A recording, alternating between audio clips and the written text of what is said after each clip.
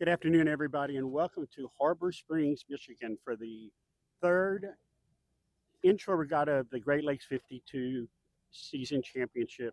I'm Farley Fontenot, and we're here on Little Traverse Bay with Tommy Giesler, Tom Burnham, Drew Follett, and we're on the WindQuest coach boat, bringing you the racing right from the water as it's happening.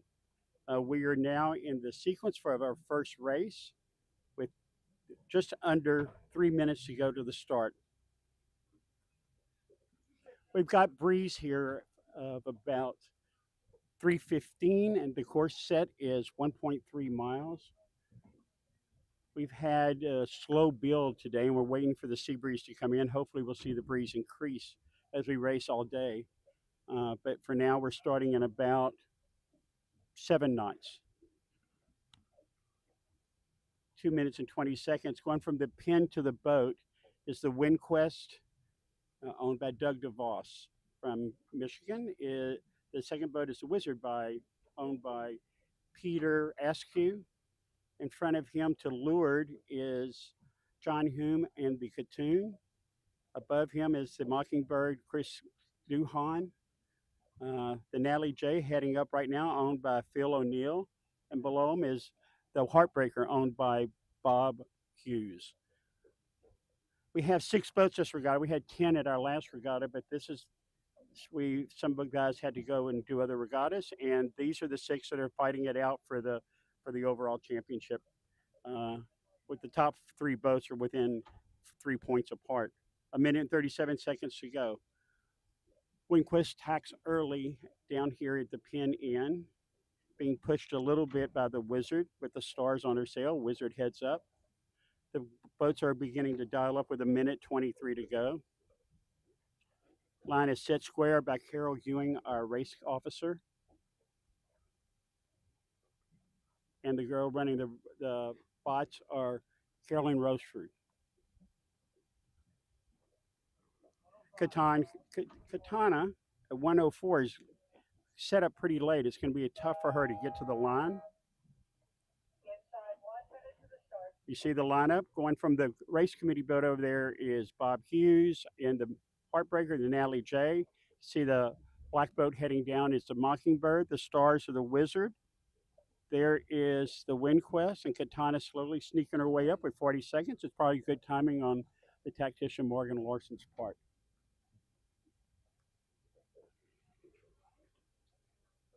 30. We see the guys 30 seconds to go lining up.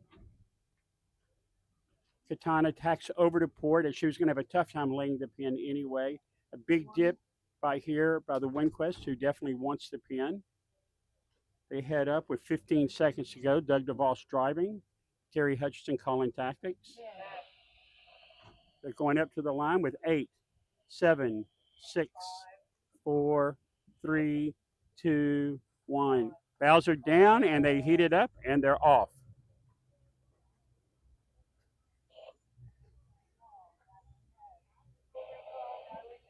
Natalie J has been called over the line early. She comes back. WindQuest in a good position, although a little bit late, a couple seconds late, still in a good spot as she can put her bow down to keep rumbling. Bob Hughes, who wanted the boat, tacks immediately to the right, which has shown in the past, especially early morning like this, to be a good area to be a good side of the course as we see it build from that. WindQuest having a tough time with the Wizard as the Wizard put her bow down and was able to go over pace and maybe roll her. She's still fighting to keep her bow out. They both would like the left hand corner, or at least to be the most left boat. Katana with a tough start, tacked onto port early, then had to tack back over. And now they're tacking again. So in the last minute and a half, they're 3 tacks in, which is not a great place to be. You like to be able to control your destiny for as long as you can before you have to tack. Wizard and the WindQuest heading to the left. The Wizard's going to be controlling the WindQuest, so the WindQuest will probably just stay there, tacking out. Would hurt her as probably the Wizard would tack right on her. Natalie J coming back across now on starboard after clearing herself from being OCS or on the course side of the on the course side at the start. Like I said, we have 1.3 miles. We have on the water judging at this regatta, and our two judges are Cliff Black from Holland, Michigan, and Brad Dellenbaugh from the Newport area. Two very qualified judges, and they'll do all the calling on the water. It's a great day for sailing. We're going to see the building breeze. It's warm here in Holland. I mean, in Harbor Springs, which we don't have often. A lot of times it's chilly this time of year. And we've got a relatively good sized spectator fleet of about, I don't know, 15 boats. I'm sure by Saturday we'll be at 50 to 75 boats. We see the Wizard has tacked over. She's now coming across. She's gone about 25% up the beat. She tacks over, going to the right, going on port. WindQuest continued on, hipped up on the port side, and she will be the most left boat, at least as of now, on the course. Natalie J probably going to go and, nope, there she goes. Natalie J is going to tack under to stay in the zip code of all the other boats. So we have Bob Hughes on the right side of the course, leading to the beach and leading to the right. As I talked about earlier, the right side of that course has been paying off early in the day, mainly because we get a little breeze that bends around there. And so that bend will kind of get them headed on the port tack and have a nice starboard to cross over on.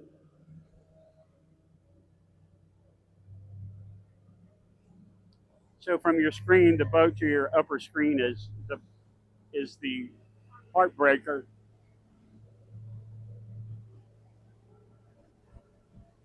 Then the Katana, and the Wizard with the stars.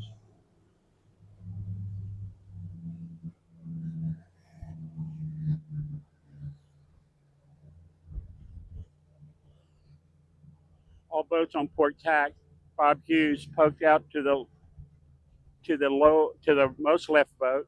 I'm sorry, most right boat heading into the right side of the course. Already beginning to show a little bit of that header. If this continues, it'll be tough for the left boats to catch them. But we still got a long way to go.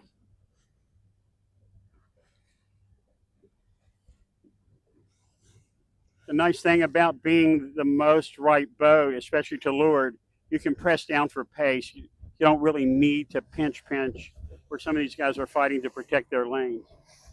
Bob is really sailing at target boat speed right now and doing a great job.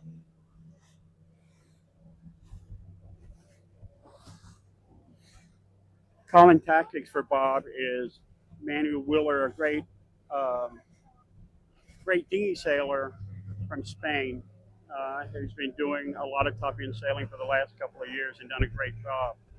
Bob's one of the few people, Bob being from Grand Rapids, sails with his wife Laura, who does mid bow on the boat.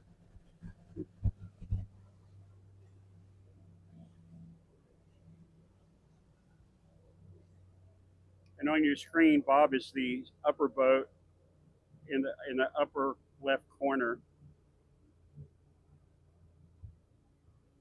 right right behind him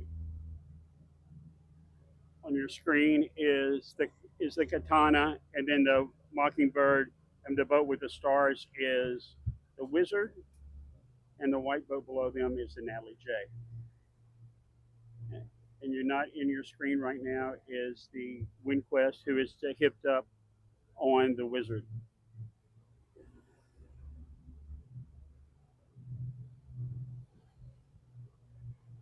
All boats continuing on port tack.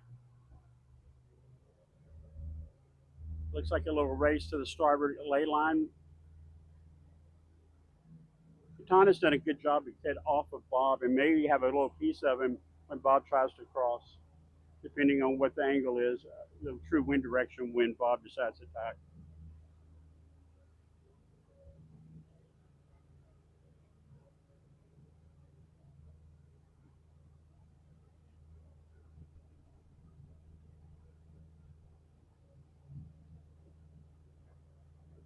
with this like eight wind or 8 wind speed. All these boats are using the J15s, full mains.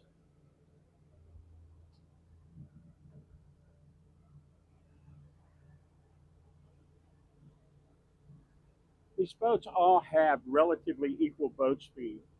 So the placement of the boats with the breeze and the breeze direction, and boats who do the least amount of tacks have the best shot of doing well at the first weather mark. The Wizard has really good pace up here on the corner, um, kind of blowing away the WindQuest. WindQuest struggling to fight her lane. It's pretty hard to be the most left boat in a little bit of a right swing.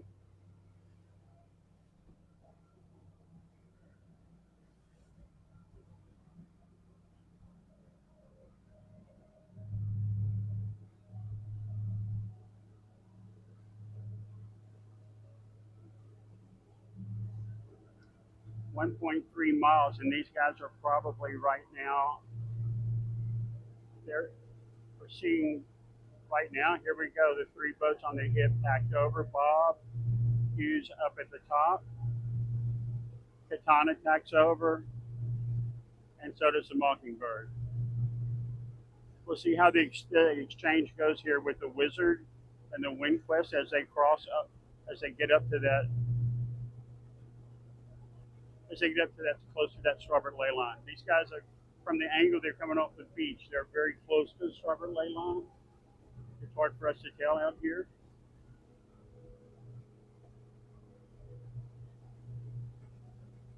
The Heartbreaker looks really good up there right now.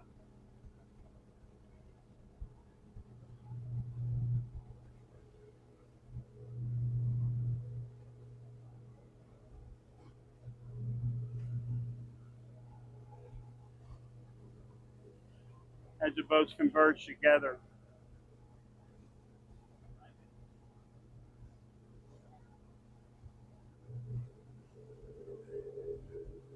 Bob Hughes has a pretty commanding lead coming in there. That was a really smart move starting at the boat and tacking right off to port.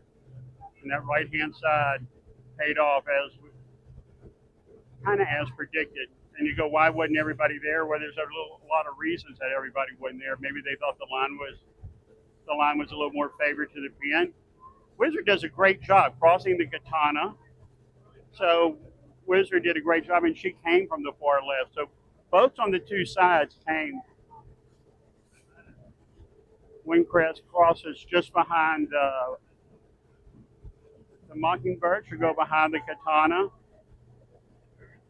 Natalie J, who was over early, is still kind of struggling to catch up to the group.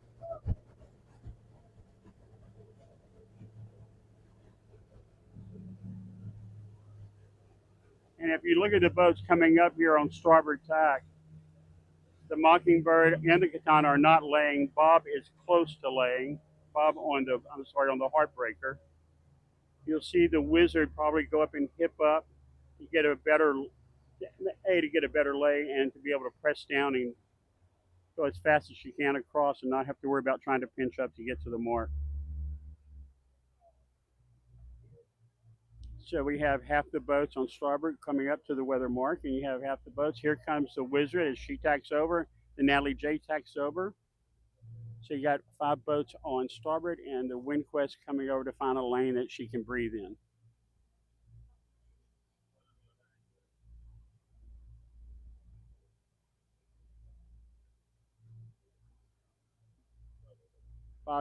Bob sailing really well, is wound up here more so than the other 2 boats on the starboard ley line, and probably that wind up will enable him to lay, which makes the Wizard and the WindQuest a little bit overstood. WindQuest now hipping up on top of the tacks in front of the Natalie J and on the hip of the Wizard, just above the starboard ley line.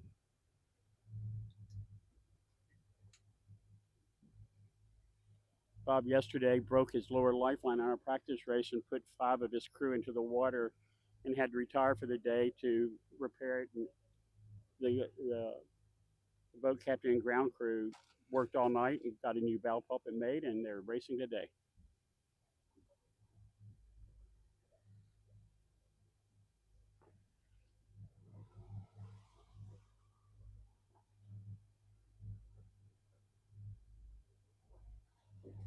Slow going as we only got about 8 knots of breeze.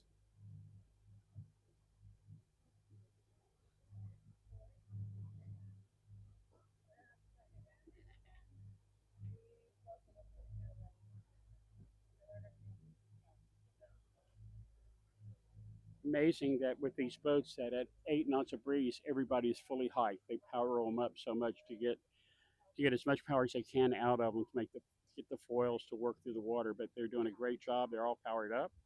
Most boats have everybody out hiking.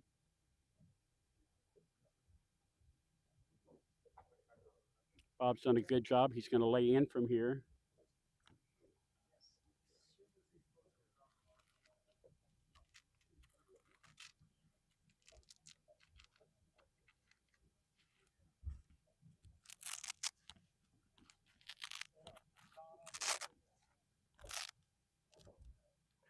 Bob putting the bow down, and now he's actually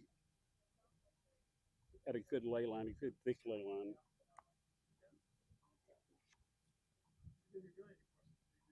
Jay Davis, who navigates for the Heartbreaker, great job of calling that ley line from so far out.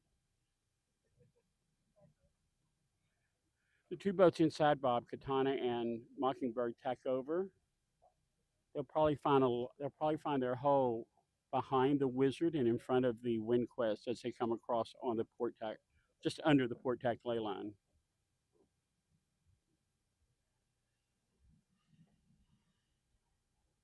Ben Bardwell, the bow guy, you see him up on the bow of the Heartbreaker, will get the spinnaker on the shuttle into the headstay, and as they go for the set, they could be going for a jibe set. We'll see what happens with this little bit of righty.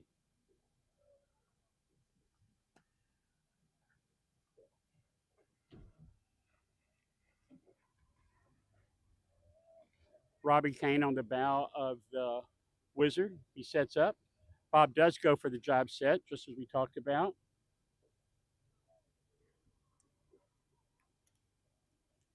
Wizard looks like they're going to do the same thing.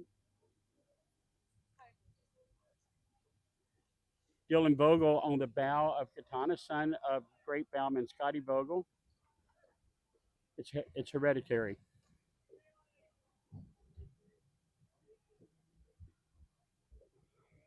All boats are preparing for the jibe set. We'll watch them as they go around. Here goes the Katana. And Katana's going to vary. She's going to go for the Bearway set.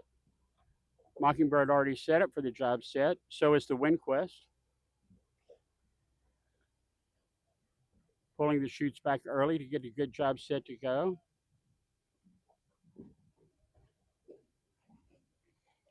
Here we go. Shoots up on the Windquest. Nice slow jibe, slow main over.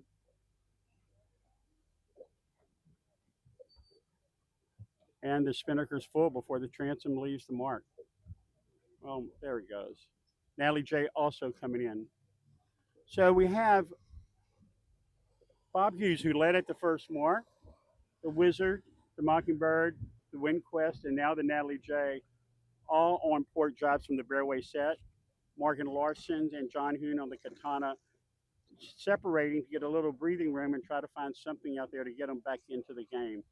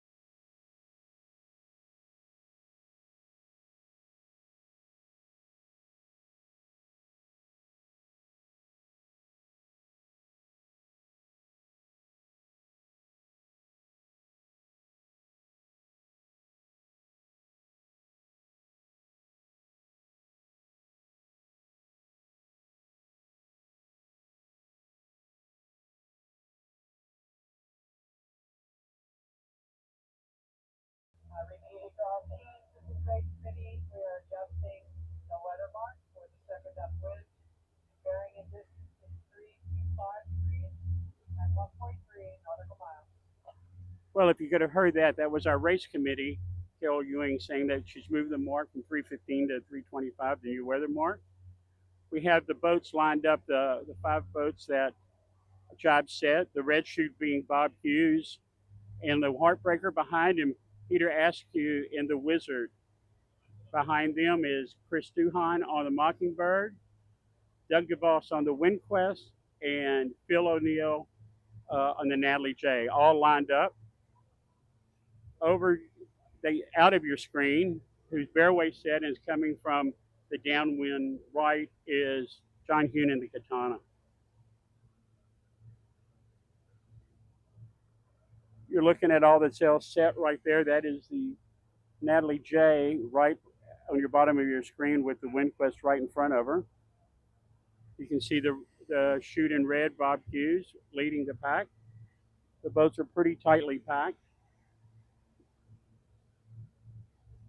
The Mockingbird taking it down, trying to get a down mode to maybe get a little piece of the Wizard when she jobs.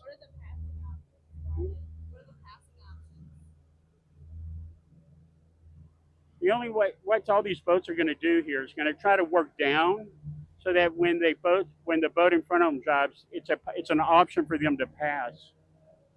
So they will try to work down.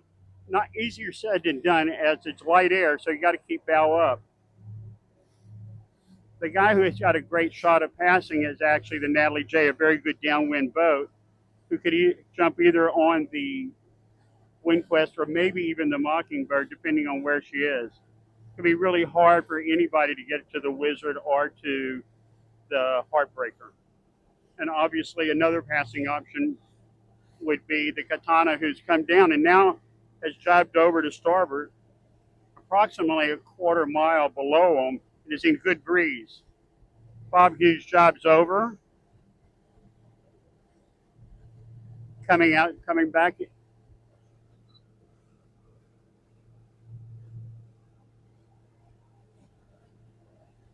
A long way to tell he's from the ley line. It's pretty hard to tell if the Katana has made or lost out here, although from our early indications, she's done well out here because she's got a nice puff of breeze and they're kind of slow and sticky on the inside. Here comes the Wizards over. Now watching these last three boats in the lineup, the Mockingbird, the WindQuest, and the Natalie J. We'll see who jumps on who at the jibe.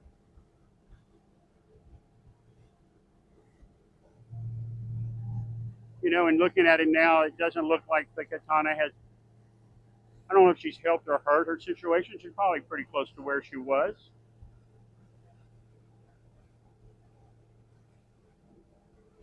These angles, as we're moving across the course in a powerboat, change, and it's hard for us to get a good bearing on what's winning and what's not. Natalie J jibes over. She decides not to wait for the WindQuest or the Mockingbird. WindQuest and Mockingbird carry on, which makes me believe that the leader, Bob Hughes, and the Heartbreaker is not on the ley line.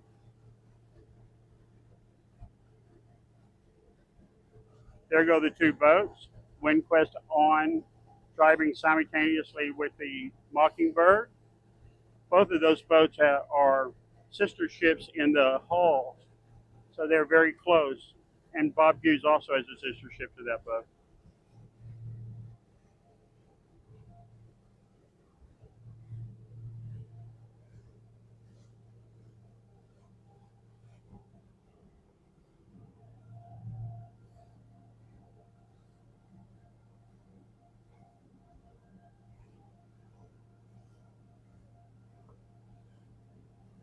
Kind of a good time to talk about the crews on these boats, as they're still a ways from the mark. On the Heartbreaker, the lead boat, obviously Bob Hughes is the owner and he's the driver, along with Laura Hughes, his mid-bow, and the wife of the driver, also the owner. Wally Gibbs is trimmer. Riley is did his last couple of summers with America Magic. Ben Bardwell at the bow. Wally Beavis in the pit. Tate Schaefer in the sewer. Isaac Peterson, who we picked up yesterday, who went swimming, is one of the grinders. Von Gunderson is the trimmer. Noel Drennan is the mainsail trim. Bob Sangmeister is the grinder. Like I said, Manu Wheeler is the tactics. Kyle Jones, Jay Davis is a navigator. And finally, Mike Marshall is strategist and on the runners. Mike is from North Sales, couple-time world champion in the J24s. As they cross,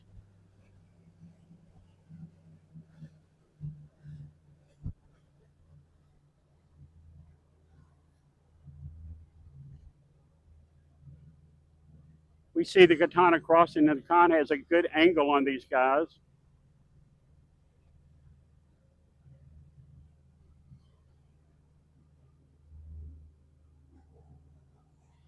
It was a big gainer for her in space and distance, although she's still going to be behind the Heartbreaker and the Wizard as she crosses over.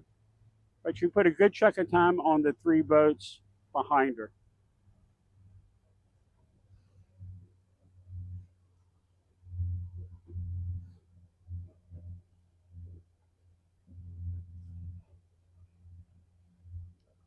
Kind of tough decision for Bob Hughes. Should he jibe and go to the left gate, left turn, and go up the right side of the course, which did so well for him on the first beat? Or does he go around the left gate, left turn, and tack immediately and just tries to lead the group over? Crew maneuvers in this light air are really important. The fewer moves that you can make, the less ground that you lose, obviously.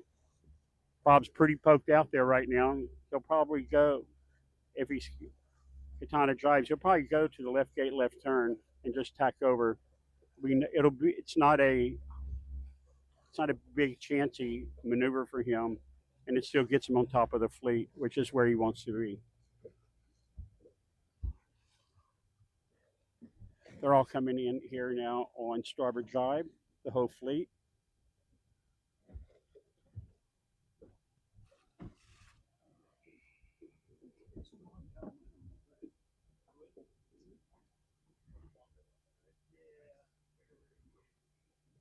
Katana leading on the Bob jibes over.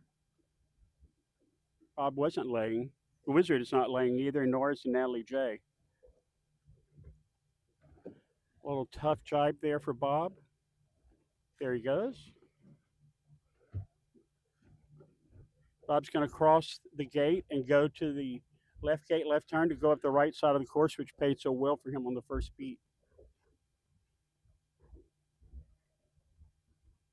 Wizard jibes.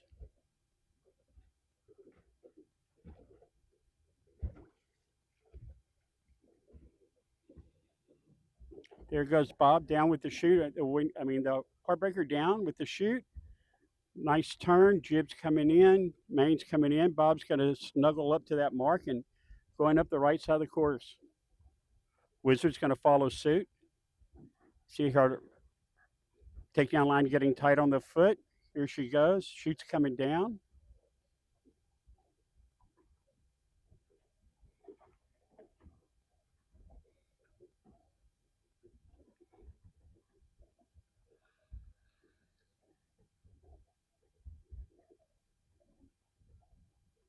Morgan Larson and John Huno Gattoon. Nice job of getting out. And as they did on the last leg, they'll take the right gate, right turn, kind of go up the left side of the beat and try to get their own breeze to come across. Natalie J has made it in front of the WindQuest, but all three boats, WindQuest jibes, Natalie J jibes. So WindQuest will take the left gate, left turn. The Mockingbird, who's just rounding, and the Natalie J will take right gate, right turn, and go up the left side of the course. There goes the chute on Natalie J. Here comes the chute on the WindQuest. As they round, the Natalie J just ahead of the WindQuest by a meter or two, depending on how the marker's set to the course. Morgan Larson hips up just on the group. Now we see the Wizard and the Heartbreaker attacking, getting back to the center of the course. Second beats are always a little different than the first beats because it's more of a tactical game. You just got to make sure that you kind of keep, especially if you're a leader, you got to keep the fleet in check and you don't let anybody get too far away from you. Bob's doing exactly that. He's going to come up here. Decision to make whether he tacks on the wizard or does he go and tack on the katana. Natalie J's over, and so is a mockingbird.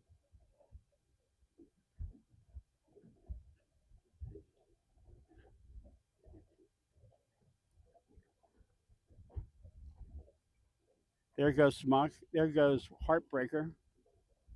Manu decided that he's going to get both of them, and he's done a good job where he is. He hits bad air of both the katana and a little bit of the wizard.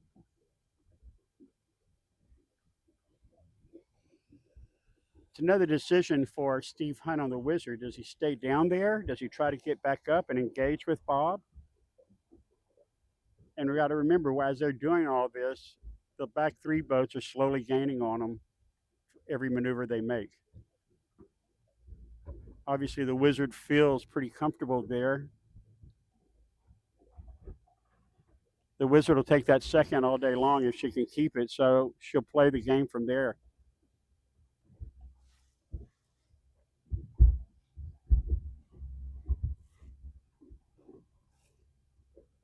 Katana tacks had to clear out because of Bob.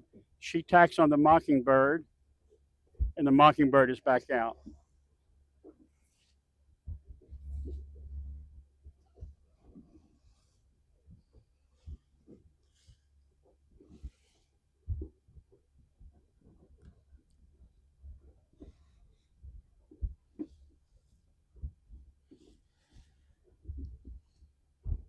We're seeing just a little bit of increase in breeze here, maybe 9 knots, maybe.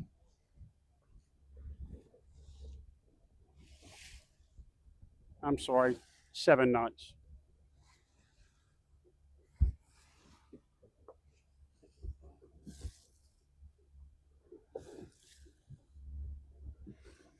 Move the mark to the right 10 degrees because of that righty that we saw up the shore. And as we tried or hoped that we would avoid the shore play, somehow the breezes worked it so now the shore comes back into play. And we'll see what the race committee does after this race, because the one thing we had talked earlier about was trying to keep that shore out of play to get both sides of the course to work. Mockingbird on her own, heading out to the left side, and the other 5 boats.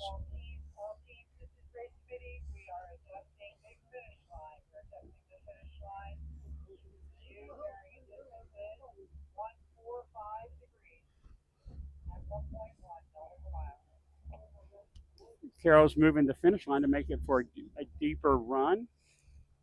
She moves the marks, and I think she's shortening the course just a little bit.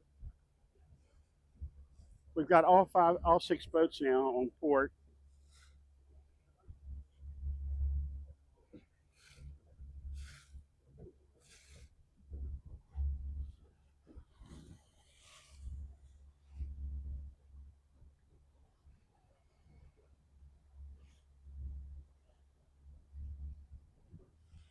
On your screen, you see the Heartbreaker, the Wizard, and the Wind Quest.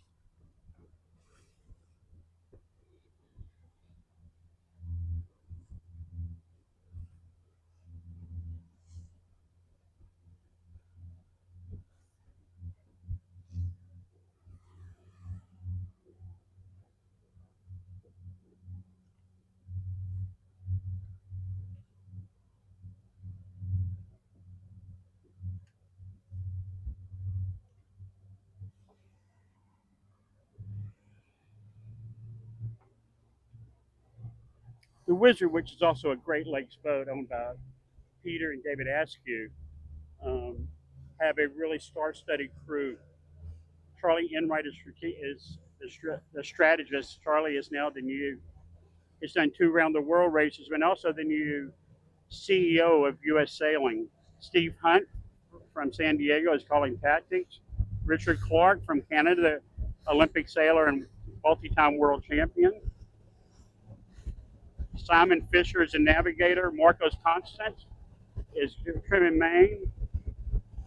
Simon Daubney, old-time trimmer, is an up-and trimmer. Simon has years and years of trimming experience from New Zealand. He was Russell Cooch trimmer when Russell did the America's Cup. Ted Hackney is the upwind trim. Ted Chalk is the boat captain. John Vaughn is the trimmer, is a grinder. So is Matt Millick.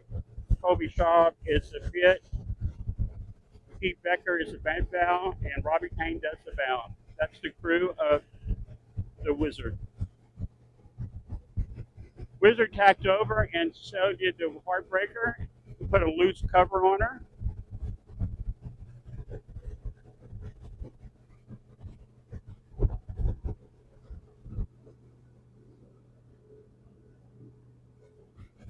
WindQuest is also over.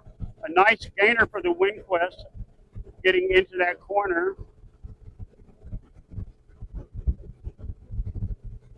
It looks like the Katana will probably tack on her, forcing her one more and out. Tough break for the Mockingbird. When she got tacked on, she had to go out to the hard left, and it's having a tough time finding her way back into it.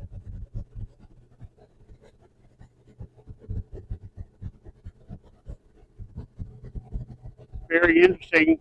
Morgan Larson, as he has his whole race, sailing his own race, not playing any type of defense. He's playing the long-term game and trying to make the biggest gainers he can. Crosses the WindQuest and is still going to the right corner.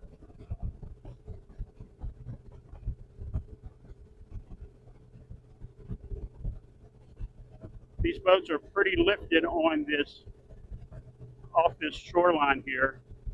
The boats on starboard are pretty lifted. Probably halfway up the beat. The Katana tacks. It's up on the group.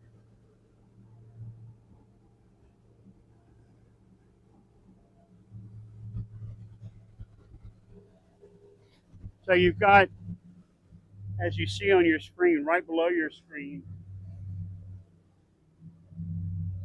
it's the Heartbreaker, the Wizard below him, below to leeward and below. And then you have the Katana and the WindQuest. Natalie J is probably 500 yards to leeward, also on port, and the Mockingbird continuing on starboard till she finds a lane she wants to tack in.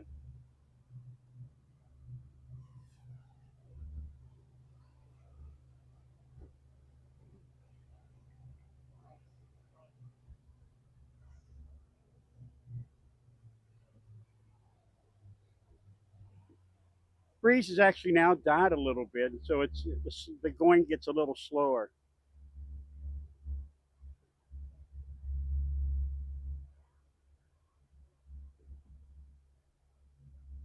We're seeing both the Wizard and the Heartbreaker getting lifted a little bit here.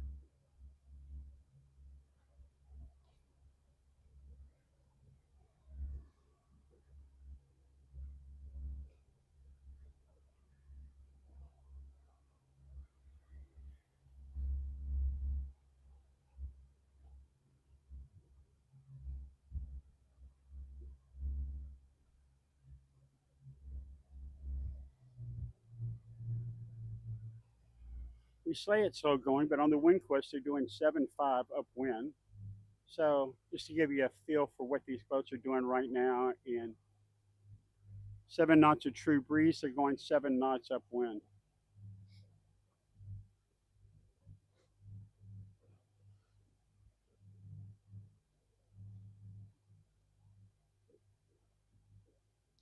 The thing is that all these boats probably started with their J15s, and right now they'd wish they had their J1s up, a little fuller sail that would give them more power. All the boats are still fully height. WindQuest tacks. Maybe she feels that she can get part of the Katana, or maybe just felt like she was getting bad air from the Wizard.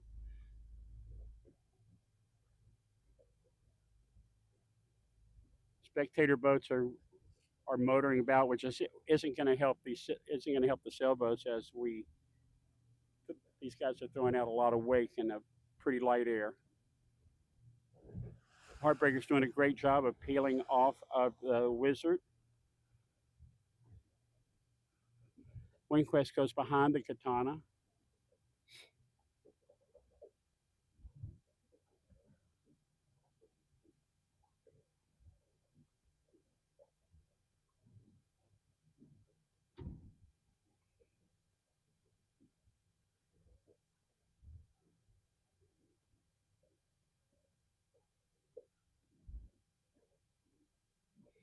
Right here around the weather markets, the breeze has lightened up. You can see the wind line just maybe 100 yards underneath the mark. If you're looking, Bob Hughes just entered the light air.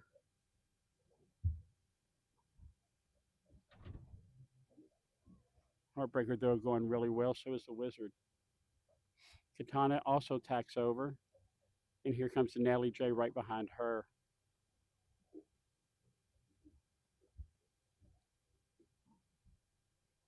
WindQuest is over. Now she is on probably a good true ley line. Maybe, if anything, a little fat, meaning overstood just a bit. Nice tack here by the Heartbreaker. Bob Hughes in the white shirt driving. He stands out with all the blue shirts, almost like the goalie of a soccer team.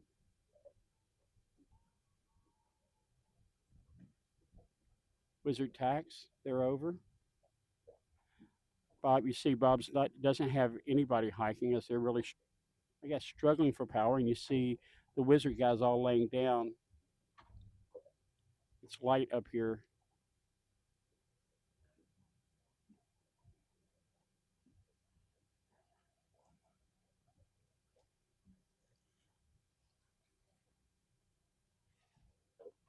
Little puffs of wind. The Katana and the WindQuest are still in the breeze. Bob Hughes rounds mark number 3 of race number 1. Going to the offset. You get their traditional red shootout.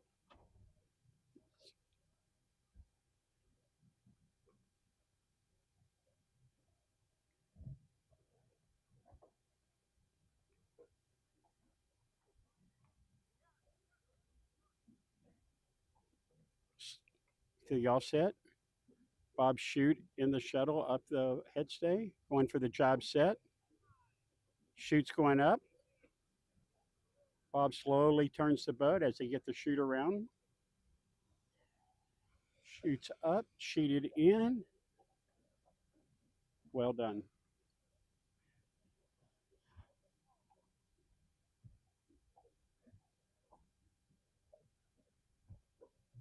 Bob did a great job that beat, making sure that actually put some time on the Wizard, a couple tacks on her just at the right time, and was able to push her back where she couldn't get through.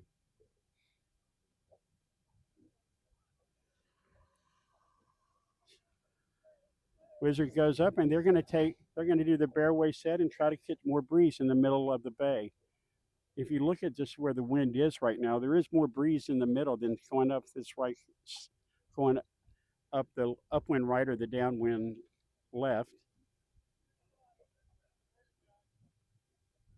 Steve Hunt, world champion in many classes, and also a great coach.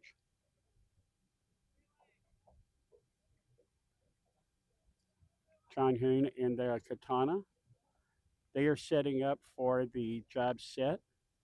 See the clue already coming around. Chute's going up on the shuttle. There it goes. They're getting the chute over. Hoist over. Nice set. Fourth at the offset mark. Doug DeVos in the WindQuest. Matt Cassidy on the bow. Chute's going up. They're going to go for the bareway set. So we split the fleet up a little bit. Although Wizard has already jabbed back, kind of just protecting that lower lane. WindQuest did a nice job that leg going, luckily getting immediately jibing over. Interesting move, immediately jibing over.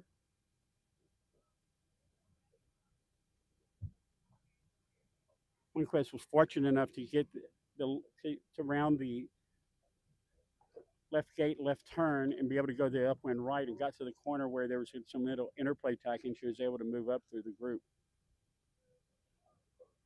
Nally J's around, and the Mockingbird rounds with the job set.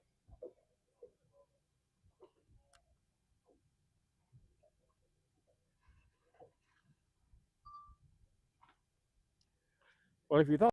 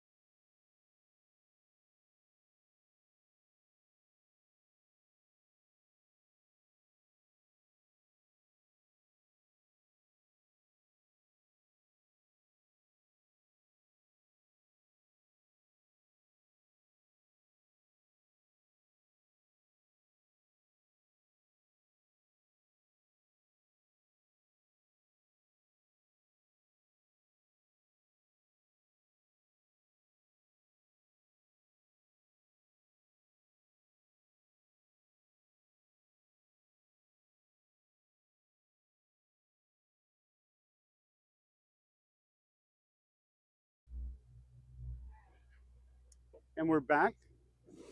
As I said before, if you thought the last run was slow, this one is going to be a little bit slower.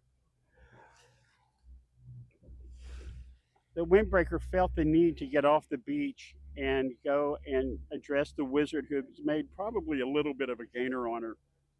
As we talked earlier, the breeze is a little bit more in the center of the bay right now, what little breeze there is, and I think he feels like he has lost some ground to them. So going out there and just protect his position. Kind of a tough process. You'd like to jab on him and put bad air on him, but you don't want to send him back out to the middle where the breeze was better. So Bob's decided on the heartbreaker to go out a little bit further and try to get some of the breeze. Now we see the Wizard and the Katana going, Wizard going out with Bob, Katana going out. Probably feeling that there's not much breeze on the shoreline right now. WindQuest coming out.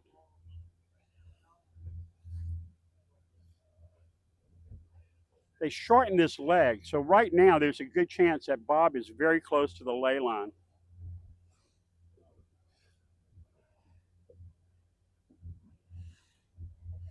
And looking at the course now, Carol moved the mark to a square run and shortened the leg up just a bit.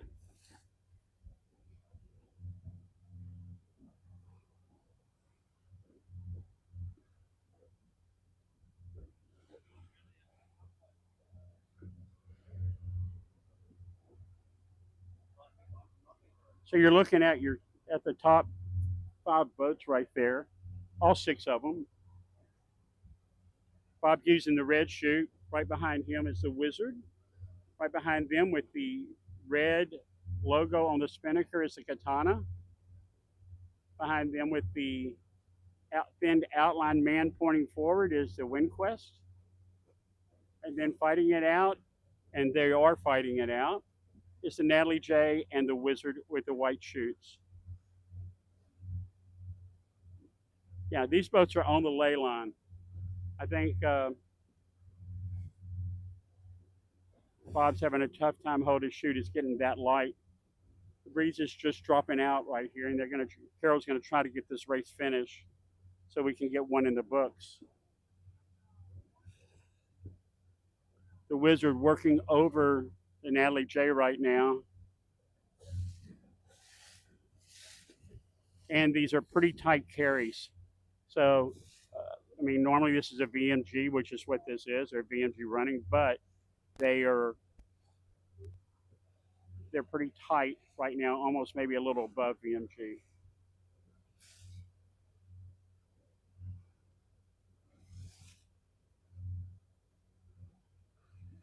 Remember, these boats are being raced ORC. If I look at the way they are lined up right now, they're probably going to finish just as they are in the lineup.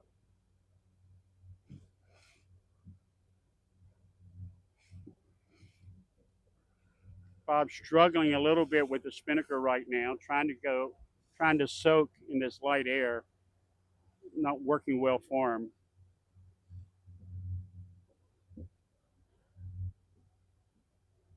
Natalie J is going to take the low road and try to come in at the end if she can. She gets her staysail up when none of the other boats have had staysails. There comes a point in the light air where the staysail causes such interference on the spinnaker that they don't put it up, especially when they're tight reaching like that. As we are now right behind the boats, they are just barely laying or not laying. They're just above the ley line. So all of them may have one in. Bob is really pressing not to have to jibe in. And the Natalie J is praying that they, from that low position, they might be able to lay. And when the Mockingbird has to jibe over, maybe be able to get inside her. Poor Galati, who drives the Natalie J, the son-in-law of Phil and Sharon O'Neill, world champion himself in the Moth, great Mildus 24 sailor, knows this boat really well. It's probably a good gamble for him.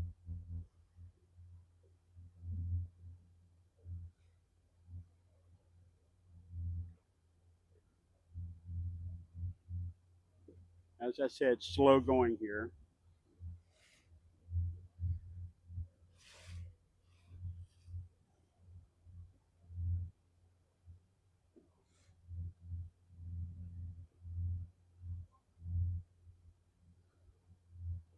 Bob may have conceded that he's going to have to jibe, and he's put the boat a little bit harder on the wind just to keep the sail full.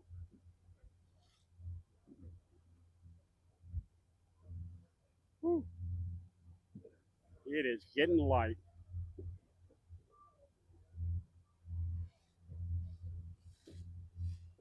Scariest thing for the tacticians when it gets this light, because you never know what it's going to do. And you just pray that it doesn't shut down before you can finish. There goes Bob. Let's feel he can lay the finish line. There goes the Wizard.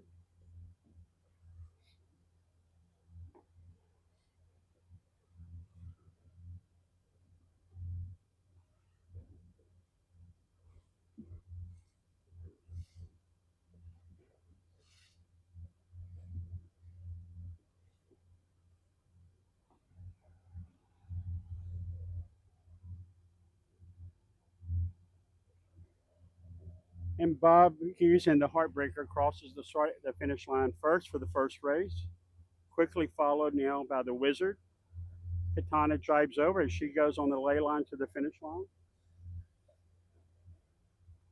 Wizard finishes. WinQuest drives over.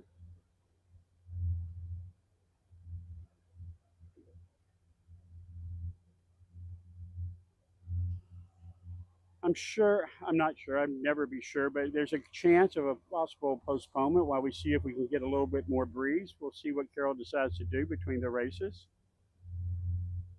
There is still enough to race as they're moving, but we're looking at 5.5 knots of breeze right now.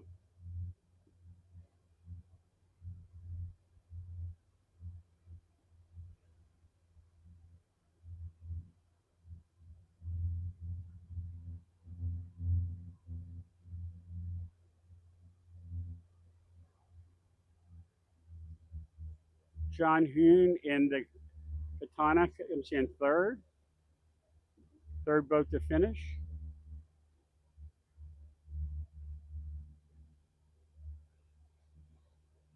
Doug DeVos in WinQuest is the fourth boat to finish.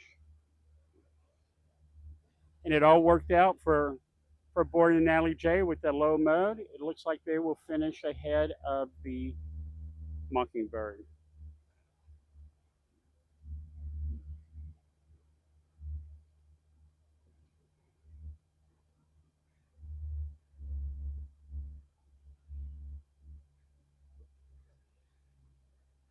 Natalie J, Phil and Neil in the Natalie J finish. And Chris Duhan and the Mockingbird will be right behind them. We're going to take a break here, and while we do, we'll come back when we know what's going to happen here with the race course, as the breeze is now at 4.3 knots. We're lucky we got this race in. So until then, this is Farley, and I'm out.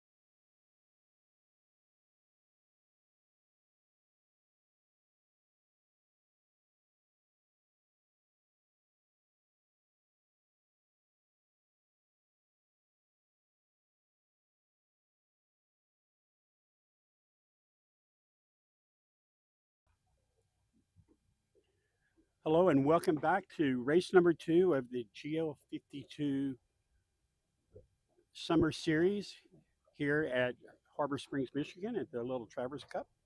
I'm Farley Fontenot and we are about to start. We're 3 minutes away from the start of race 2. Race 1 was won by Bob Hughes on the Heartbreaker. He sailed a great race, led it from start to finish, and followed by the Wizard and then the Katana.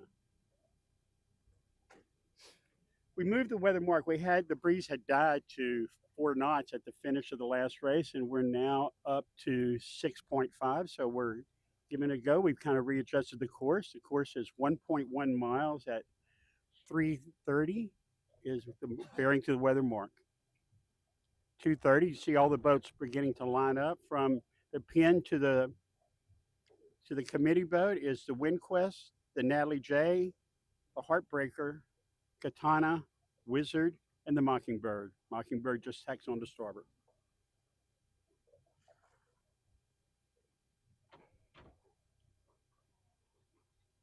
Boats are going in to take a nice long starboard approach. Line is square to the wind. Wizard tacks over. Katana heads up on a strong port. And she's over. And the groups, one by one, will slowly tack over. There goes the Heartbreaker. Natalie J going up.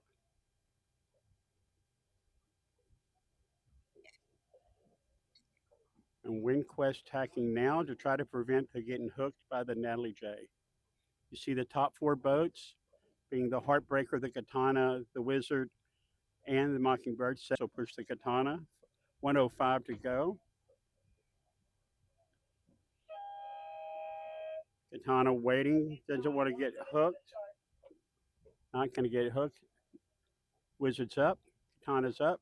Mockingbird up. 47 seconds. Boats are still in their 1.5 jibs. WindQuest holding back. Let the other boats kind of, WindQuest building that hole above her and maintaining the hole below her. 28 seconds to go. We see them kind of jockeying up to the start. Boats in a pack right up there at the weather around the mark. They'll kind of separate as they go down. Wizard gets kind of caught on the backside as she's out of it. WindQuest bowed down. Natalie J bound down. Boats are down. Bob Hughes in the middle of the line. 3, 2, 1. And all the boats are off. Great pace.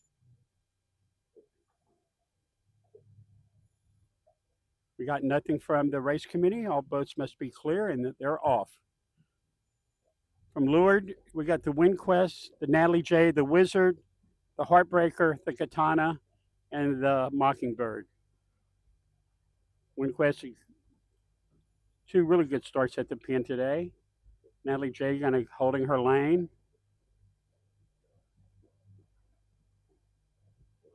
The Wizard in a tough spot, wants to get out, but has nowhere to go right now. And as long as Katana stays there, she's just going to kind of fight her way there and see how the thing fares out. Katana's out. It looks like the Heartbreaker with, there goes Wizard. She's going to take one very close in. Heartbreaker goes right on her, just a little bit to weather of her. Wizard will probably be able to live there. So I have to kind of take a low road, but she can probably get her air. And we've got now 4 boats going to 5 boats. They like the right. WindQuest poking out. They say upwind left. Mockingbird was the first boat to lead out. Then the Katana, the Wizard, Heartbreaker, Natalie J, and now here goes the WindQuest. We're going to see a long, probably a long run to the close or very close to the starboard ley line. We have breeze beginning to pick up a little bit now at 6.8. And a long run here to the starboard ley line.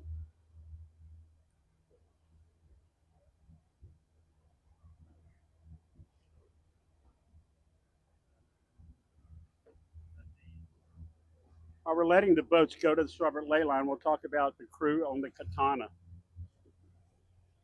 Katana is owned by John Hume out of St. Louis, Missouri. Calling tactics is Morgan Larson's four-time world champion, All-American from University of Hawaii. Strategist is Kevin Harrop. Ed Smythe is navigator. Ted Causey is runner trim. Dave Gilmore is main trim. Doogie, as his name's called, is the spinnaker trim. Chris Schimmer is the aft grinder. Andrew Lewis is the mid grinder. Nick Ford does the pit. Dylan Vogel on the bow, and Franny Schultz as a mid bow. That's the crew on the Katana, who is right now leading the series by 1 point.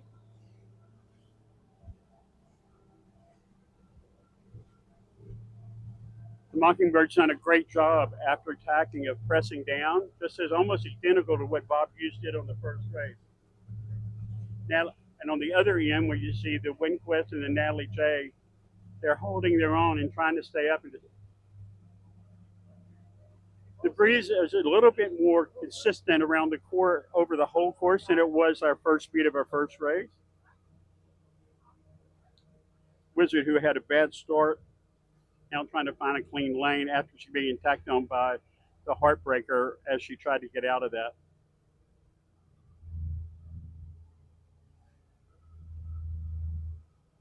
We have 3 spectator boats full of the junior sailors from the Harbor Springs Yacht Club, or Little Traverse Bay Yacht Club, following the action.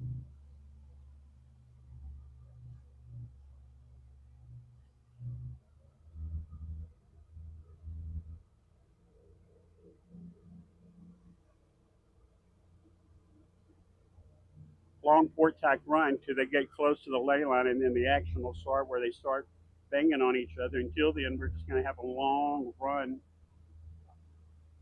a long port tack run to the ley line.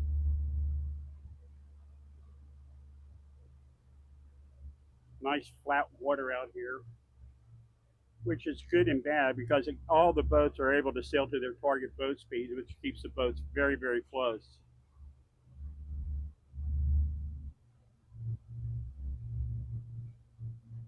WindQuest on the left hip, coming from the feathers boat up, is a little bow down and rolling to try to keep up with the other boats. To make sure that she doesn't lose, I'm sorry, not to keep up, but make sure she doesn't lose her leverage, especially to the leeward boat. This course is a little bit, now we're out here, this course is a little bit more stable in that the boats might be able to hang from the left. The right, they might not be able to get close enough into the land to let the right really affect them.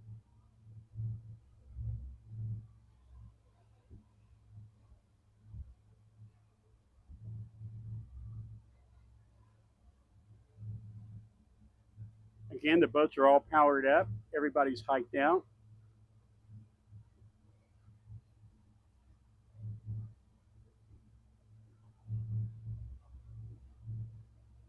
Great tight racing in this fleet.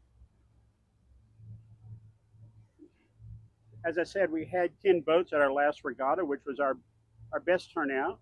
This class started in 1995.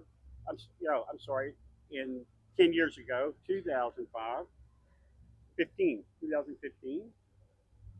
And the brainchild of Doug DeVos and Tommy Giesler. Those guys have made this thing work.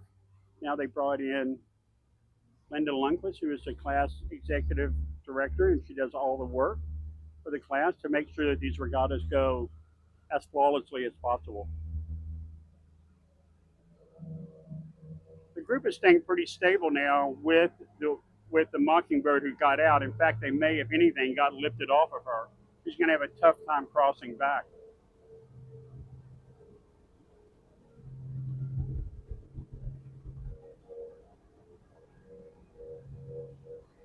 While we're going upwind, we have with us Tommy Burnham, who is the coach of American Matching and also the fleet coach. Tommy, a few words on the course. Yeah, it's interesting this race. The right side doesn't seem quite as strong as it was last race. It looks looks like WindQuest is in a good position coming off the pin and then going fast on board. So it'll be interesting to see how it plays out at the end here if Mockingbird can get a little righty to come across and get to WindQuest. All right, thanks, Tony. For those who know me, I think you find it weird that I can't talk continuously, but I took a break there. Thank you. Thanks, Tommy, for the break. All right, so they're coming off. We got the Mockingbird is packed out of that corner as they're now getting, they're not on the ley line, but they are 90% to the ley line. Natalie J went early, and she's going to take the low road out, being the low group. Mockingbird does not pass Katana. Katana tacks. WindQuest may have done a great job, have held out there to come from the boat at the pin, tacked over, and be very close to crossing the Katana. She just crosses the Heartbreaker. As we come up to that exchange right now.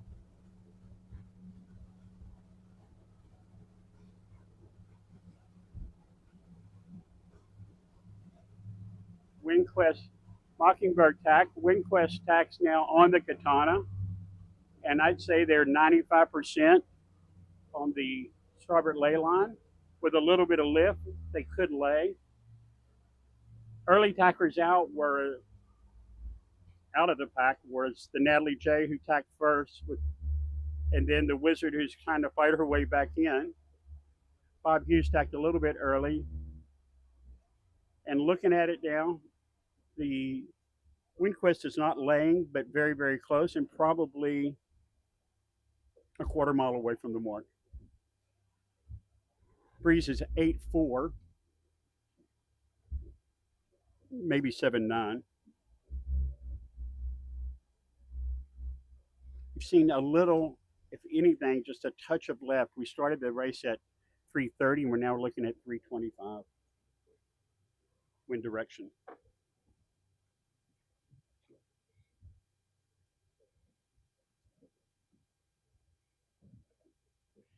You know, it's hard to say, but it looks like the Natalie J who tacked out early got something in the middle of here in the left and may have a nice angle as she comes across. WindQuest now laying, or very, very close to laying.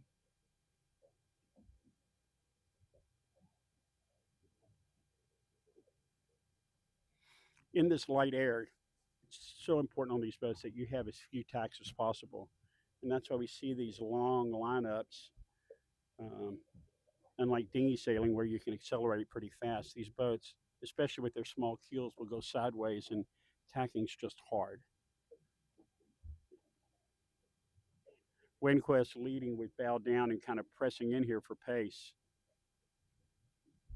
Bob Hughes underneath are trying to do everything he can to get as close to the mark.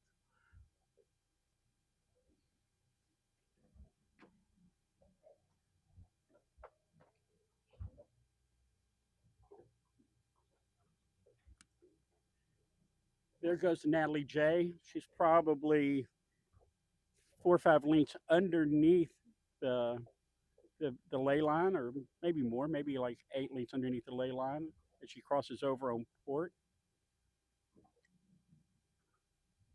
I don't think she's going to get the WindQuest, although she's made some great gainers on this nice little lefty that she's coming in on now.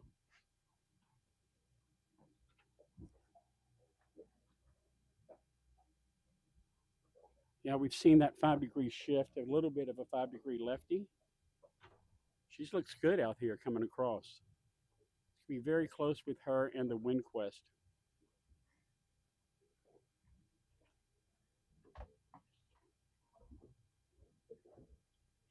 You can see her on your screen, the white boat coming across. I think she's going to clear it. Nope, she's beginning her duck. The WindQuest, she's going to go behind the WindQuest. WindQuest is going to have to probably quick tack on her. Bob gets out of the, Bob's clearing out on the Heartbreaker. WindQuest has to kind of snuggle up into the Natalie J so she can't tack back on them. There she goes. She'll protect her spot all the way to the starboard ley line. Already on the ley line is the Katana and the Mockingbird. And we see the Wizard, who's done a good job of getting back into the fleet. There goes the WindQuest on the starboard ley line, Natalie J. Heartbreaker has to go behind the Katana and hip up just a little bit higher the ley line. Katana takes a bite up, try to clear her breeze all the way into the mark.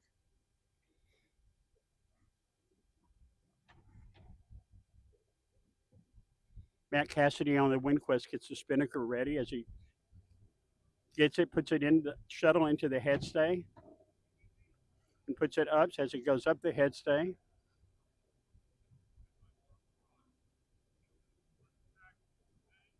Here comes the Natalie J. Dylan Vogel does the bow for Katana. He'll go up there and set it in. WindQuest, first boat around at the second race, the first mark, followed by Natalie J.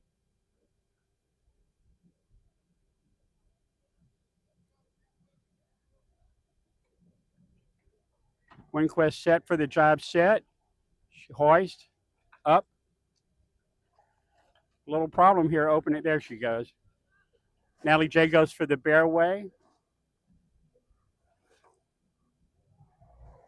Bearway set on the Katana. Wizard's going for the job set. She makes the turn.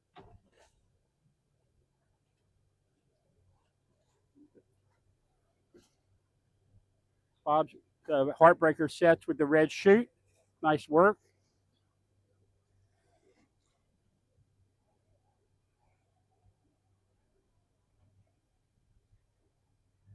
And the Mockingbird goes for the job set.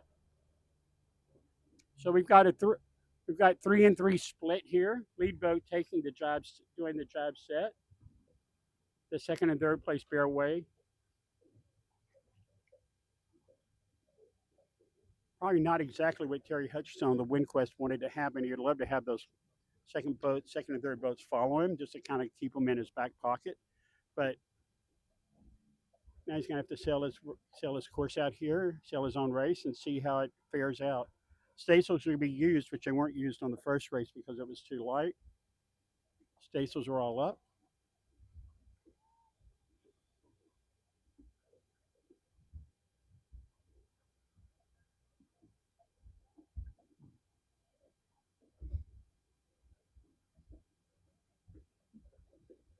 And the junior sailors from Little Traverse Yacht Club following them right there to watch every move that they make.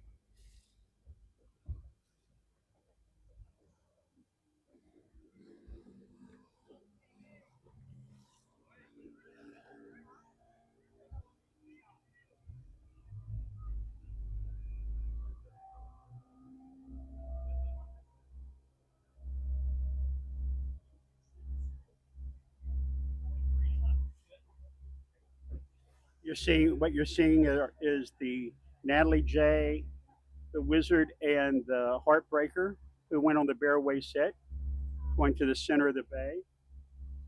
You've got the WindQuest. I'm sorry, not the Heartbreaker, the Katana. And then you got the WindQuest, the Wizard, and the Mockingbird playing a little bit of, as we could say, as close to the shoreline as possible as you can get. You can't get that close to it. Katana jibes out. She's coming back across. Interesting. She rolls up her staysail and decides to go not to use it on this port jibe. There it goes out again.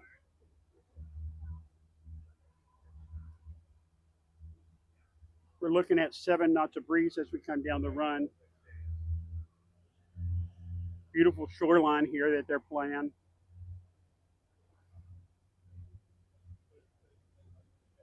The bending of the breeze may actually help these guys who are close to the shore. We'll see as they cross. John Hume and Morgan Larson's on the Katana have done a good job this whole season of being able to be kind of the odd man out and not follow the lineup and making it work. Morgan is a good, basically sees a lot on the courts and good odds player, and has worked for him all season long. And the boat's quick. They're quick.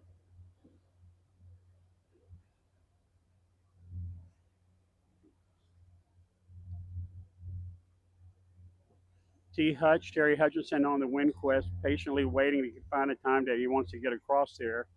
They're going to go probably all the way to the ley line, and it is a long starboard drive from here.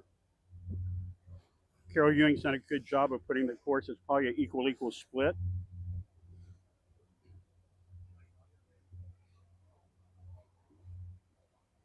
Natalie J has jibed over, and so is a Heartbreaker.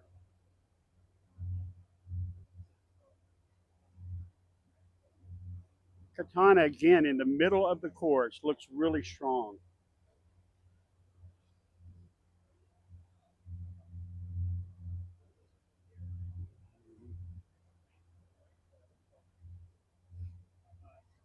Probably, if we look at how the boats break down, Katana is a really good, probably one of the better light air boats that we have, um,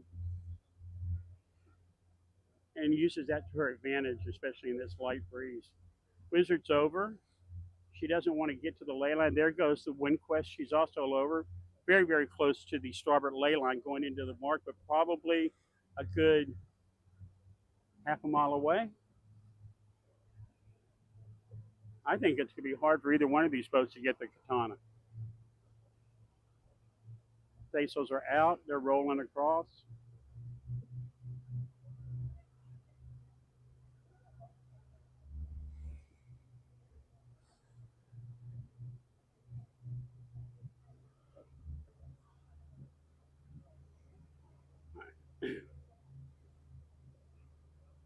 And although we're really far away, as good as the Katana looks, the Natalie J looks really good, being the furthest, the farthest, whatever, right boat on the course. She's kind of down in that corner, and she's on the, as these boats are on the starboard ley line, she's on the port tack ley line.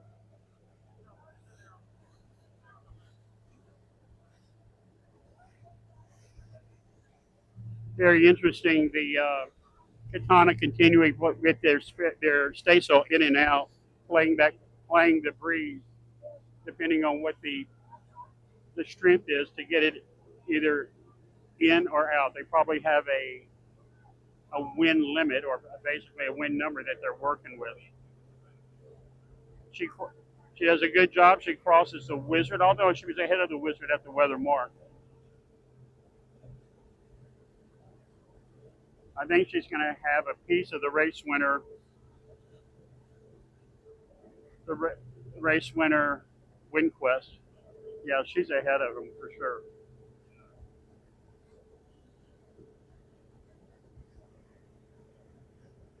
And not just by a little bit. She crosses by about 3 lengths, 4 lengths, and she was third boat around.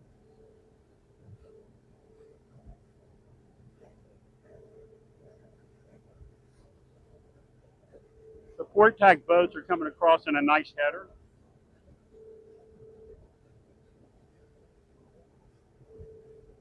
There goes the Katana on the Wind Quest.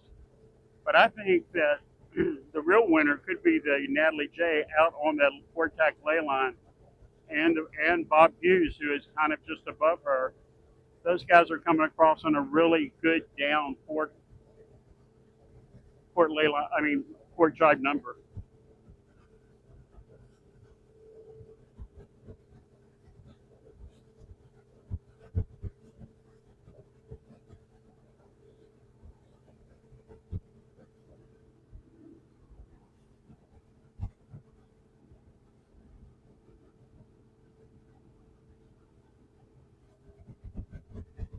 So you see the Katana leading the Wind Quest and Wizard.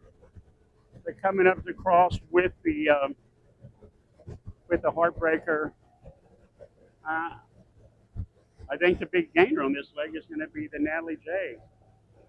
She's got a good angle, or they're going to be right up in there. Natalie J was the second boat around, so the big gainer for their leg has got to be the Katana, who played the middle of that leg.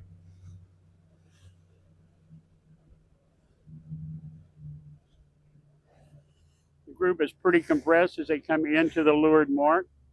Natalie J jives. Bob Hughes jives. Also ahead of the Katana.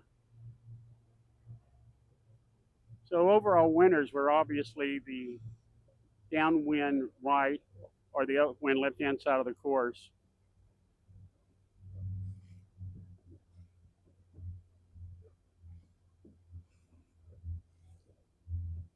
As they're coming here to the gate, Natalie J will be the first boat at the second mark of the second race.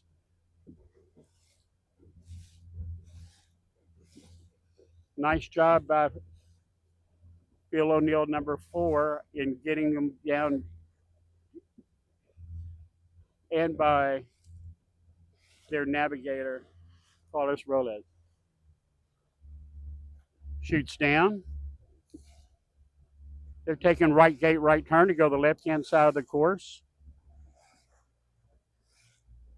Bob Hughes has snuck into second place, where he was fourth at the mark.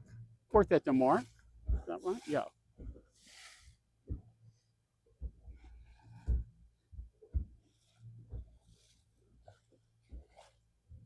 E2 is going to go for right gate, right turn to the left-hand side of the course. Shoots down, harden up. Bob Hughes second to the mark. Katana will be third, also going right gate, right turn. The WindQuest taking the left gate, left turn to go the upwind right.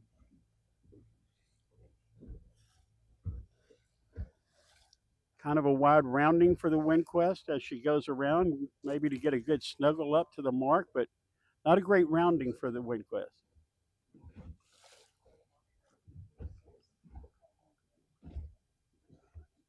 Wizard following right up. There goes the WindQuest as she snuggles around it. Peter Askew and the Wizard is fifth. All boats leading over to the right now, to the upwind right.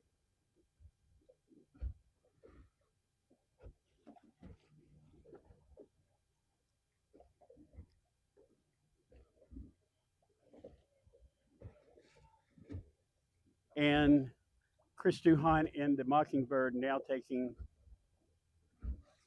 right gate, right turn. First boat out of the melee and the big long port to the right hand side of the course is the Wizard. She just really didn't have any place to go.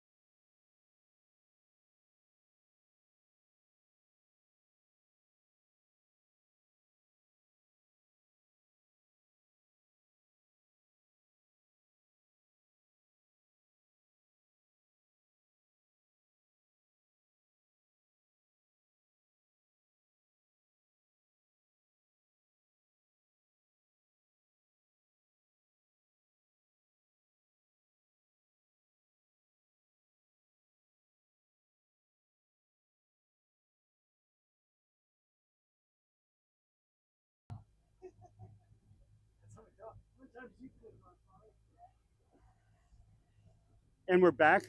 second beat of race two.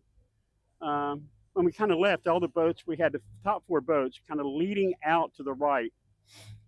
WindQuest, the leeward boat, basically tacked and started the exchange, and now the whole group is beginning to stair step up. Katana tacks on the WindQuest. WindQuest tacks back, now going out to the right.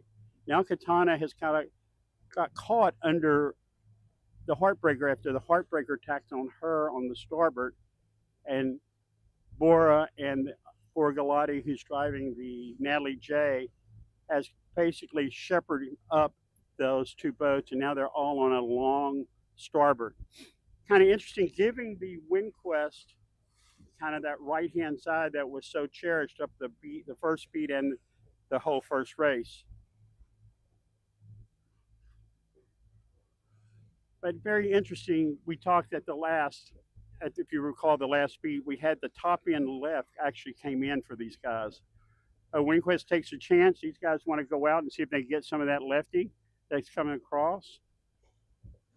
Wizard comes across on actually a nice left. These guys come in on starboard or look a little bowed down.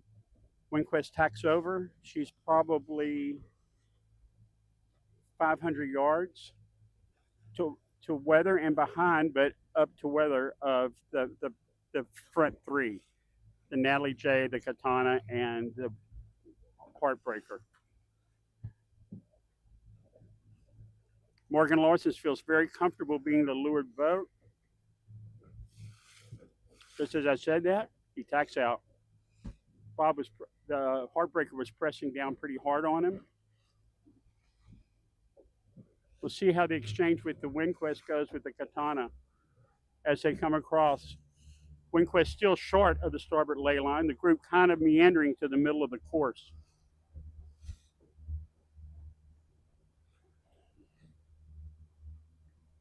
To the far left, the upwind left, is the Mockingbird, who's going to try to make it happen from the left. So far, she has attacked. She's rounded and gone straight uphill.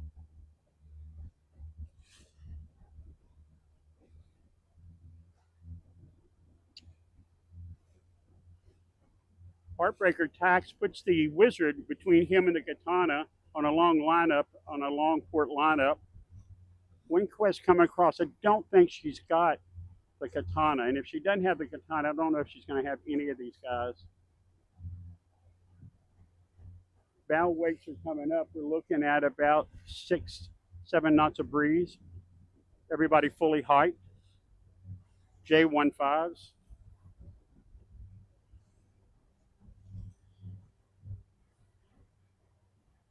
As the two boats exchange.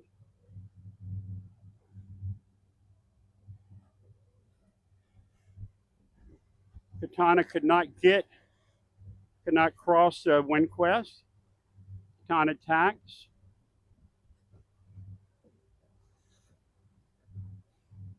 Wizard, who is behind both boats, continues on.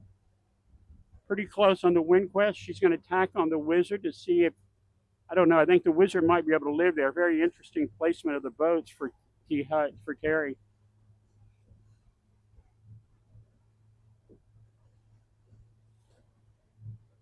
Bob Hughes ahead of the Katana. Wizard can't stay there very long. They put it up in the high mode and basically gets her out of there. Tough place for the WindQuest, who now has a couple of tacks in and trying to chip their way from the outside of this, especially when we're looking at a little bit of lefty. Very interesting. We'll find out what happens with Chris Duhan, who played the far left, and is now coming across as he's getting close to the ley line. As these guys have many, a series of tacks, Chris is one and in right now.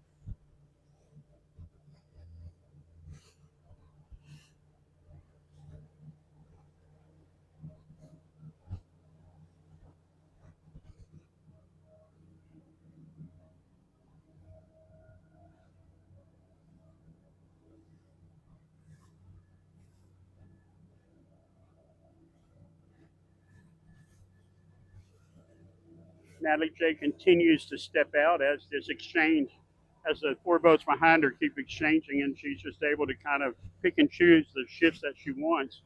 to get to that starboard ley line.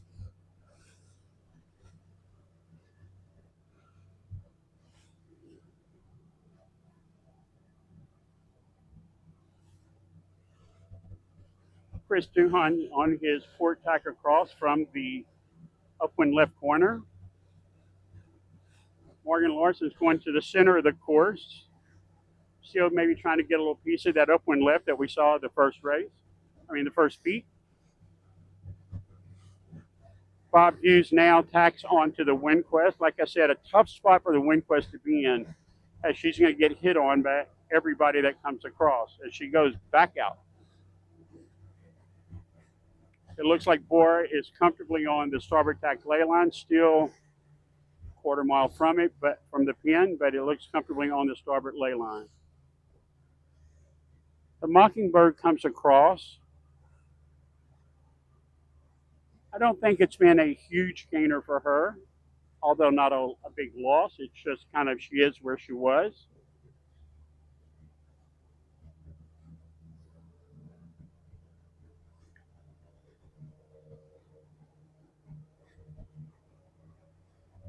I take it back. She probably does have a little gainer on the Wizard, the Heartbreaker, and the WindQuest as she's come across, as she's only done one tack to their four.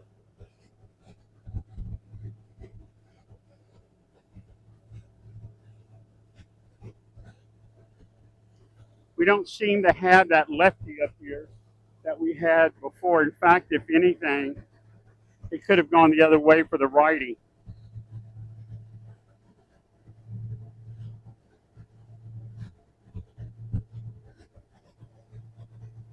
In that back corner, Bob Hughes going after the WindQuest one more time.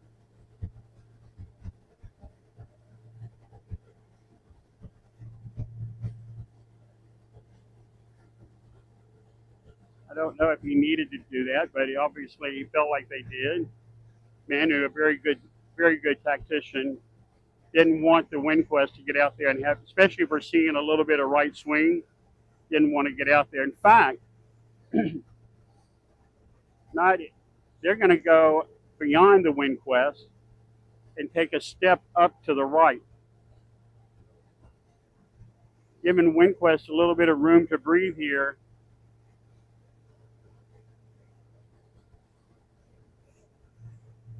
Still on port. The WindQuest has a nice little spot to breathe in, although I don't think it's going to help her, as she's had more tacks than anybody just being in her position when she rounded that leeward mark on the left gate, left turn.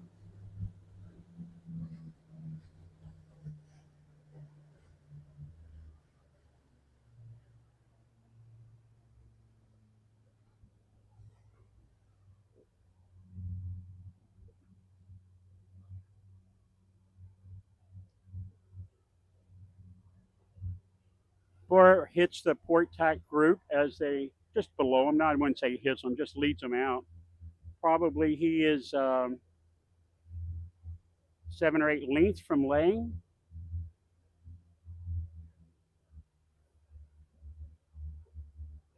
The lefty did come in here with just a little bit of pressure. It's funny, it's moving around a bit here.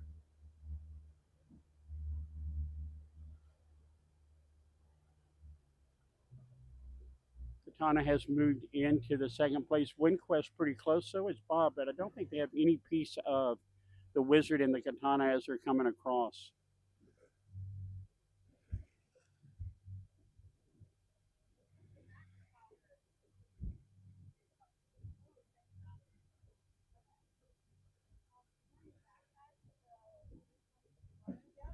Great job by Borgalotti and the crew on Natalie J of just staying out of the fray and be able to let the fleet kind of drive themselves back, and that's exactly what has happened. Decision for him. He made such good on the downwind right, the run before is where he goes if he bareway sets or drive sets. He tacks around. Natalie J, first boat, Mark III of race number 2.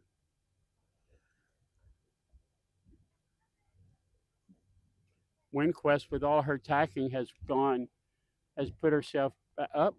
She is being ducked by the mockingbird. She'll probably tack right on her.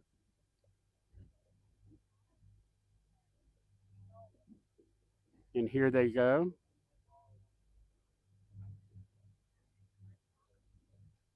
John Hune, Morgan Larson's Katana, second boat to the third mark of the second race.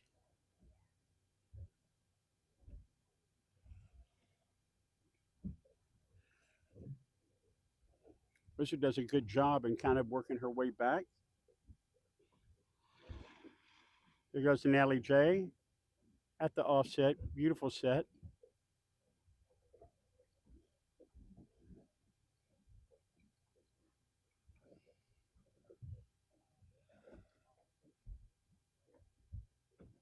Wizard now third boat to the weather mark. Katana getting ready for their.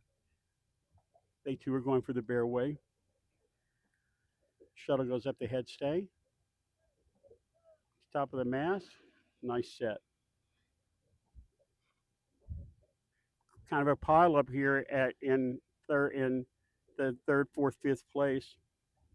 Wizard just a boat length ahead of Bob Hughes. Bob Hughes just about astern with WindQuest and the Mockingbird right behind them.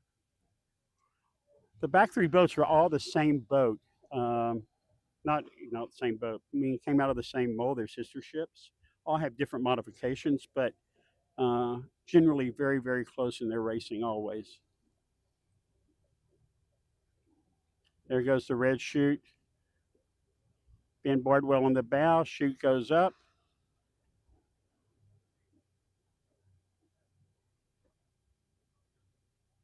Nice set. Here goes WindQuest is going to take and try to find its place further down the race course to make any gainers if it can. Shoots up. And the Mockingbird also has shoot up a little bit of twist, but she's out. And there we are. All six boats are now on starboard jibe, heading to the finish.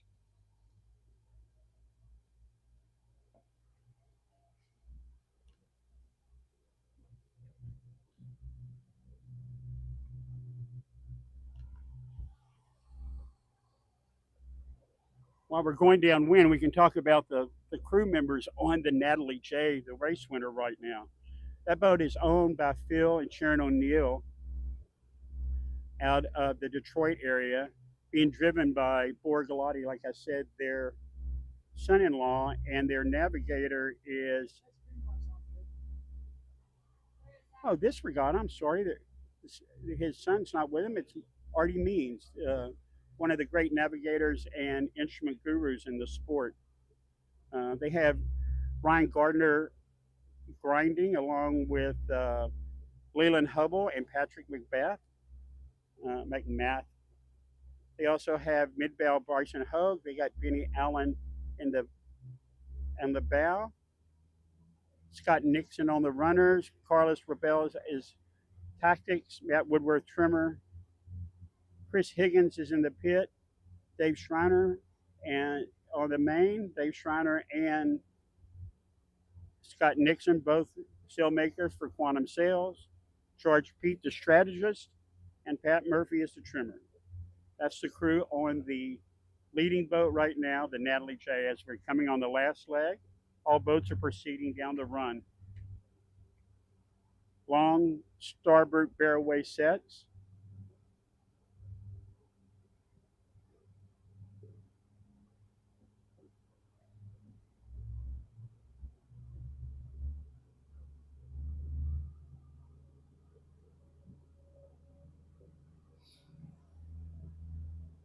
Still got about 6-1 of true wind. Not overly exciting, but it's better than drifting.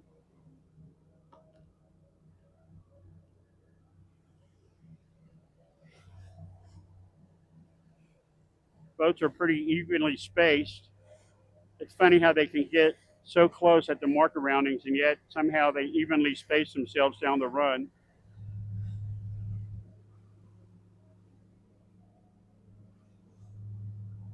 A good shot here of the Katana as she's going downwind, the second place boat.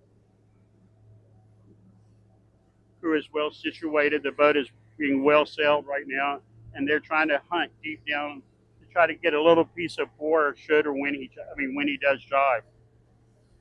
Morgan made that work on the first run by going in the middle.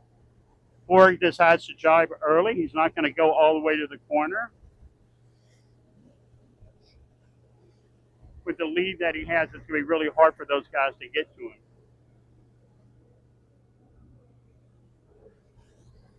For a set, nice shot by them. The other boats are going to kind of see how it plays out as you get closer to the corner. As they get closer to the edge, the boats stacked up on each other, and there's a little bit of room to possibly make some gainers. It's a slow motion chess game to see who's going to do what. There goes Katana. She's over. There goes the Wizard. She's over. Trying to get something on the Katana. Bob Hughes on the Heartbreaker's over. Windquest is over. Mockingbird took the high road, so she's not any place to make a move.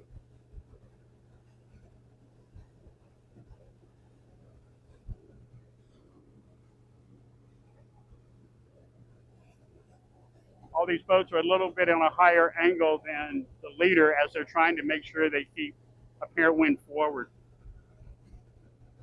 and clean air.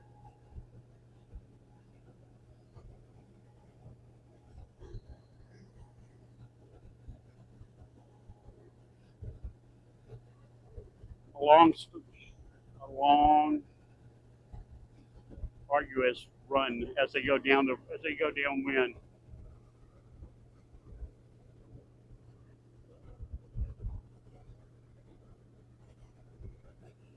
Slow and tedious.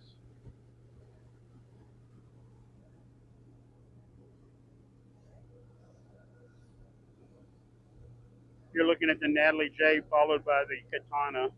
The three boats up there are the Windquest, the Heartbreaker, and the Wizard.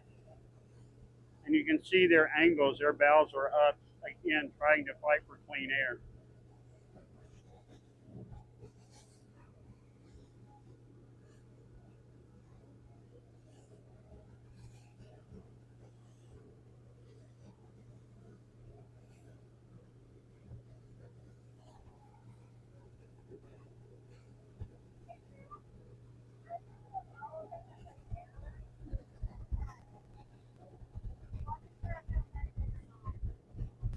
Slow run here.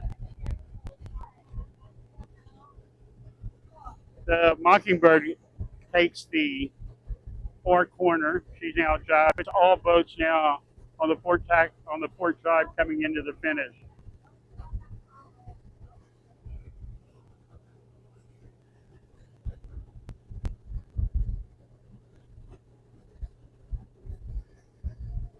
I don't think the way the boats are lined up, it's going to be hard for anybody to make a pass.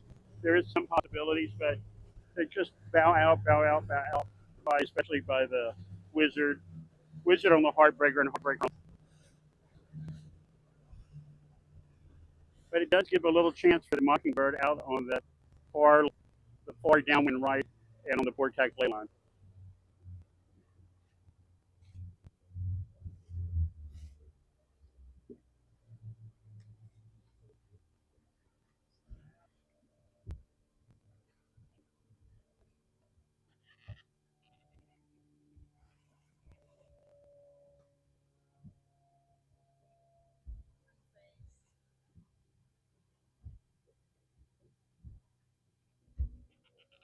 Boats are doing just at 7, 9, 8 knots upwind.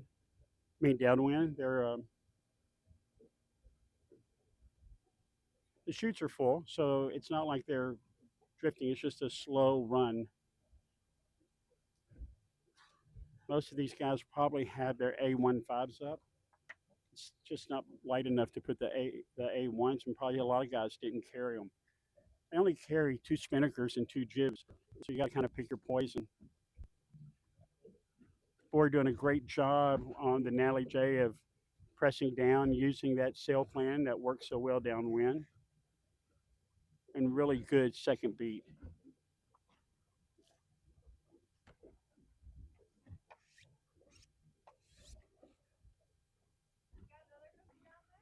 They're all coming across, or probably 100 yards from the finish.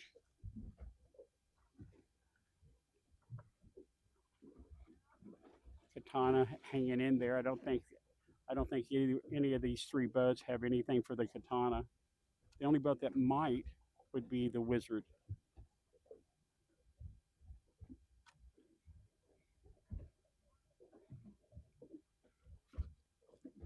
I think the three boats have to be a little bit aware of Chris Duhon and the Mockingbird. He overstood the mark, so he's coming in here with a pretty good pace.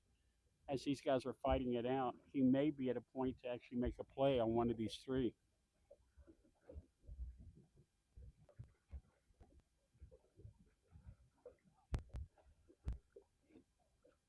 Four is going to lay in.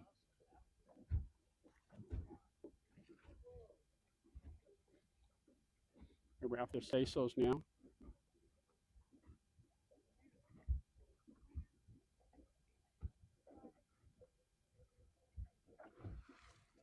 And here she is, and Natalie J. owned by Phil O'Neill, sailed by Borgalotti, will be first boat to finish of race number 2. Well-sailed race. The Wizard doing a good job of holding this little pack up. She jibes over. As I said, I don't think she has anything for the Katana. I think Katana's done a good job.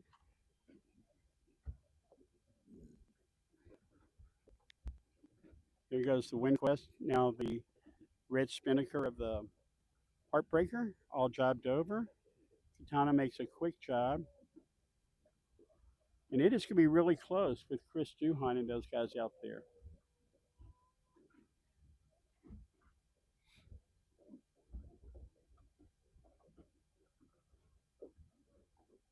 Chris may have the Heartbreaker and the WindQuest. That would be a great little turnaround coming out the last mark, the weather mark in 6th and coming in 4th for the race. A great, call if that works. And I think she's got them.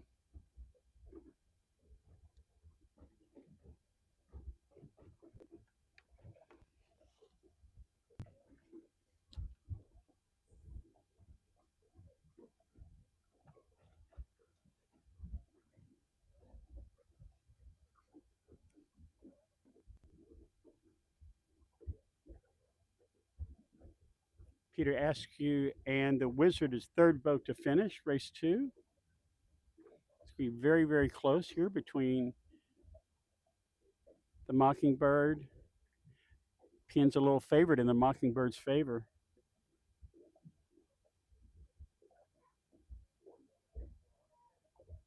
They both start to head down.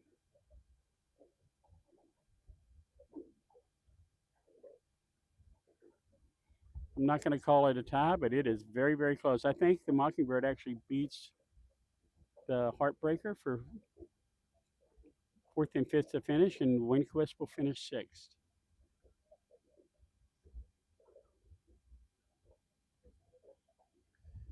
Tough race for the WindQuest as she had some pretty good spots and just got kind of beat up on that second beat and never could recover. All right, we're going to wait and see what the race committee does. We'll let you guys know. Till then, we're going to. The protest window is now open. Protest window is now open. We're going to take a break and we'll be back to you for the start of the next race. This is Farley and I'm out.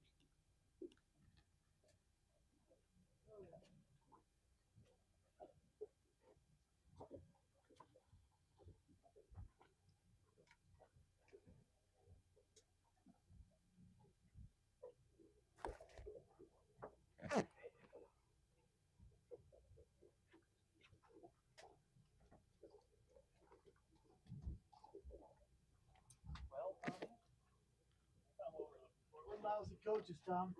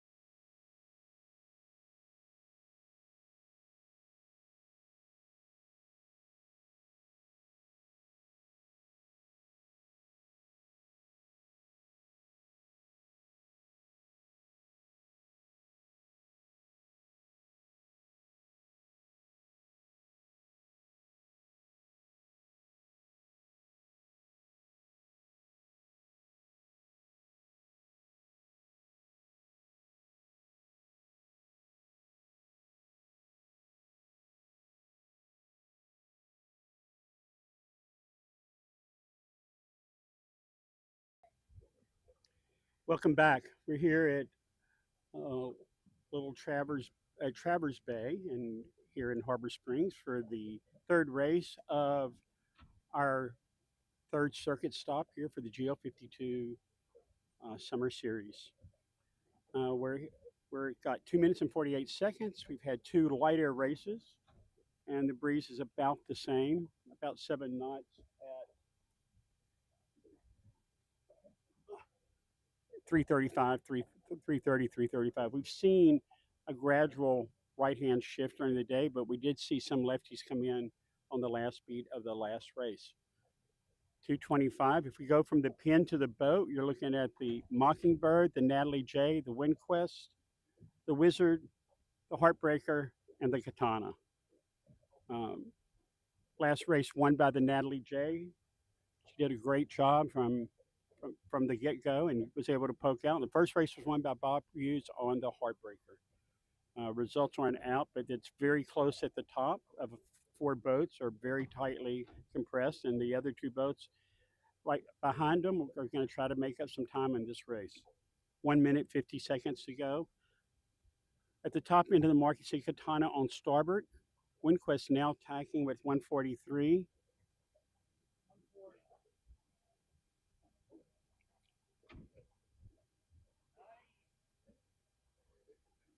We haven't seen much interplay in the last 30 seconds of the start as we have in the past. The line has been pretty square. Short for a lot of people, about 220 feet. But we have seen a lot of interplay, meaning a lot of short tacks and nibbles, as we call them, to make sure you can get out of your spot. We watch, just as we're seeing right here, with 1:04 to go. Windquest takes a nice little, actually didn't even tack, just basically a bite up to get off of the Mockingbird. Bob Hughes on port coming in, likes kind of the boat end. The Wizard up there, she likes the boat end.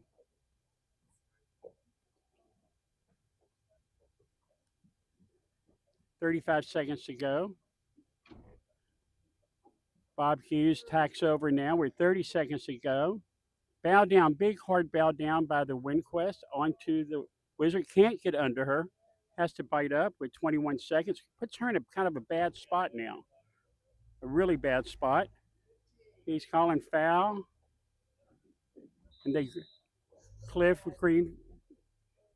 9, 8, 7, 6, 4, 3, 2, 1.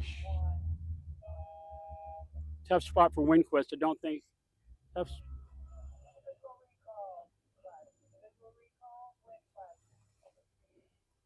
She kind of Windquest called individual recall. Wanted to duck underneath the Mockingbird, couldn't get there. Tough spot for her. She comes back, and the fleet is off. And for those of you who don't know, I'm also one of the coaches on the Windquest, so I'm a little bit biased. I try not to be, though. But here we go, Windquest Kozak. She clears herself, and she will get the right-hand side if nobody takes it. And she's clear. Well, see, the only boat that actually probably get her, if we get the right side, would be the Wizard. And Wizard's very content in keeping the Natalie J pin. So from the pin in, looking up, you have the Mockingbird, the Katana, the Heartbreaker, the Natalie J, the Wizard, and then you see Windquest, who was over early, now taking the upwind right corner. Wizard now tacks, and Natalie J gets her out of there. Nice little hard roll by the Wizard. Here goes the Katana. She's going to the right also. Natalie J, she's clearing out to the right. Bob Hughes also tacks just underneath the Katana. I don't know. Katana probably won't be able to live there for too long, but she'll live there as long as she can. But she's out already. When you have a 6-boat fleet, you have to push the boat next to you back as much and all as possible. So you wonder why everybody tackles everybody. You don't have the opportunity to let somebody go because that point is so important when it's all said and done. Windquest tacks back over to starboard, trying to get a little bit of leverage on some of the guys, on some of her competitors.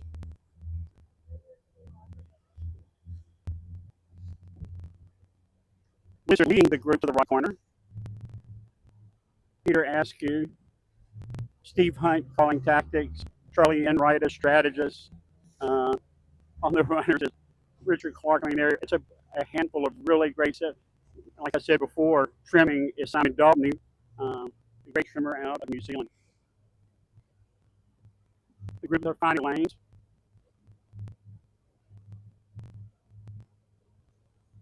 Terry Hutchison doing a good job trying to get the WindQuest back into the hunt. Mockingbird, far boat to the left, now has tacked over. Katana going to hit the left corner. I say hard, distribute the boats left. It's very funny that we still see these guys going out to the left, but every beat the right seem to have paid.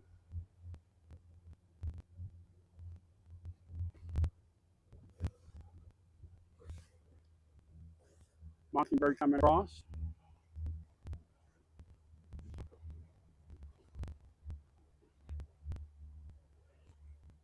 Natalie J and the Wizard are a little closer. They're a little bit, they have a little bit bigger rig, just a slightly bigger boat. Natalie J has actually reduced her rig after she had a rig failure, a Mackinac race, but the boats are pretty equal in pace. Still going to the left. Mockingbird crossing the middle of the fleet now, the middle of the course now.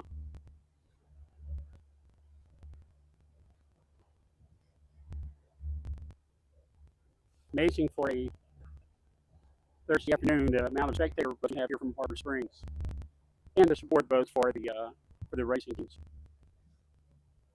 Katana finally, probably at a halfway point up the beat, now tacks over onto the long port. Morgan taking that chance, and maybe he gets a little bit of lefty out here to kind of keep up above the group. Terry Hutchinson also attacking underneath Morgan by about 50 yards as the WindQuest was over early.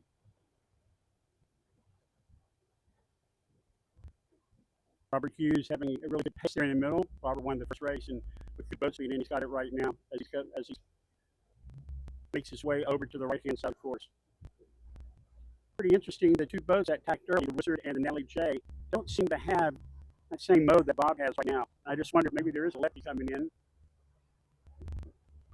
Both the WindQuest and the Katana are circling over. Mockingbird mainsail that you see in the screen there, as she's leading that group over to the right corner. Underneath them is Bob Hughes. Below them is Natalie J, and the boat all the way to leeward with the stars is a Wizard.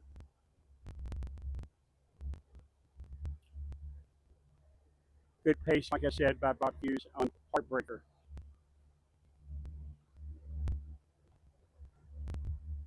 Very interesting, or very, not interesting.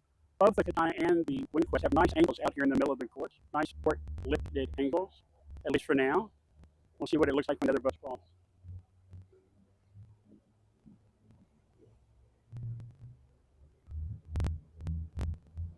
As you see on your screen, the Heartbreaker barely making little gainers on the two boats to leeward, but not making a big gainer on the Mockingbird, which you're looking at her mainsail right there. Better view of the whole group. Group all doing a great job flying that drone and keeping us in tune with what's happening on the race course. A nice angle here for the Katana as she crosses over. WindQuest struggling just to get back in the race after being OCS.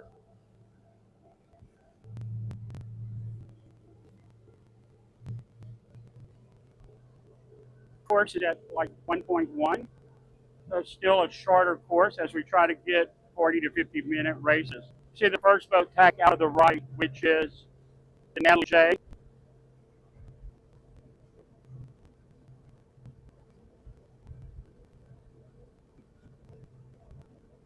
They're going to have you see the Natalie J.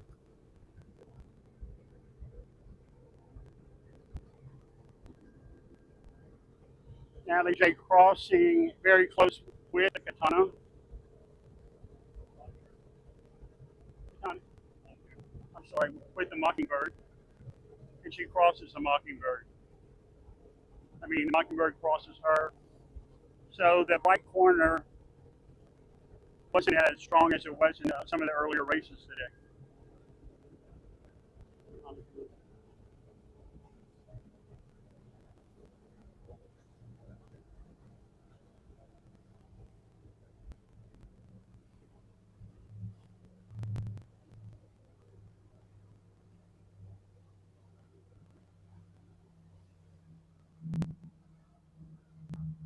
Wizard Heartbreaker still lead out to the right. Probably 100 yards or so from a ley line. As we'll see a little bit of the interplay between the Mockingbird, the Heartbreaker, and the Wizard as they approach the ley line.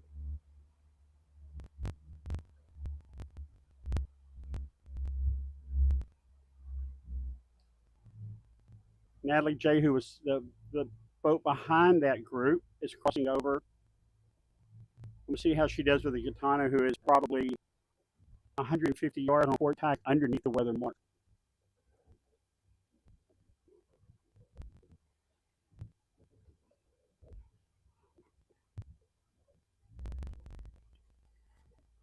The three right boats are slowly beginning to get to the ley line. We see the Wizard and the Heartbreaker tack simultaneously. Heartbreaker feels like she can lay from there. So it would be a thin ley line.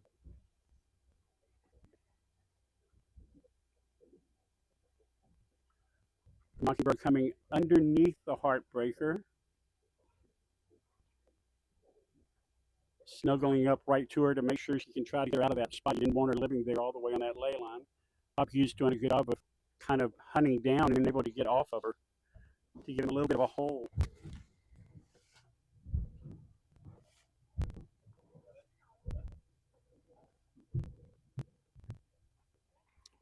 So it looks like the Heartbreaker's gonna be able to live right there for a while. And here we have the Katana and the Windquest. Quite sure Windquest is behind this back. Katana may have a piece of them. Been a nice gainer though for both the Windquest and Katana going out to that kind of the left side of the course. And we have Natalie J tacked over as she is like a boat length under the protected line and about 100 yards out. Boats converging here on the first weather mark of race 3. 3 on port, 3 on starboard. Windquest tacks early. See if she can get a little bit of that port tack action. Probably 50 yards underneath the starboard ley line. Terry not wanting to get any part of the bad air, trying to maximize his gaining potential.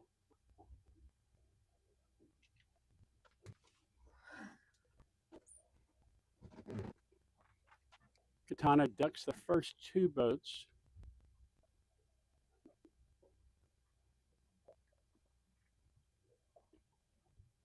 Goes behind the Heartbreaker and tacks hips up on the Heartbreaker right in front of the Wizard. Natalie J's done a good job actually of coming to this thing. She's going to have to duck. She's coming in on port tack. It's unfortunate for her. There's not a lot of room in here for her. Well, Bob Hughes actually opens up a little bit, not wanting to get caught underneath her or inside her, and lets her get in. So she will be second boat around. As you see the boats approaching the weather mark, this is the first weather mark of race 3. Chris Duhan and the Mockingbird first to the first weather mark of race 3. Winner of race 2, Dr. Phil O'Neill on the Natalie J in second. Windquest tacks over. Probably ends up Windquest kind of bites back into the group. Terry Hutchinson did a great job getting Doug DeVos back into the pack after that OCS. They'll still be in 6th place, but they've caught up a lot of distance. Mockingbird sets, not using the shuttle today. Nice set. Third boat around, Robert Hughes on the Heartbreaker. Traditional red chute going up. Here goes the chute for Natalie J, already 3/4 of the way up and out. Nice set. Bob Hughes, same thing, out. Traditional red, and it's a great set. Boats have now kind of packed in together.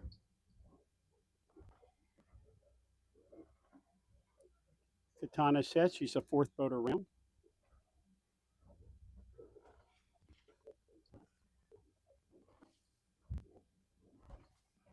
Those are kind of an unlucky break, kind of didn't be able to make the most out of that right corner. 5th. WindQuest, who was OCS, driven by Doug DeVos, is in sixth.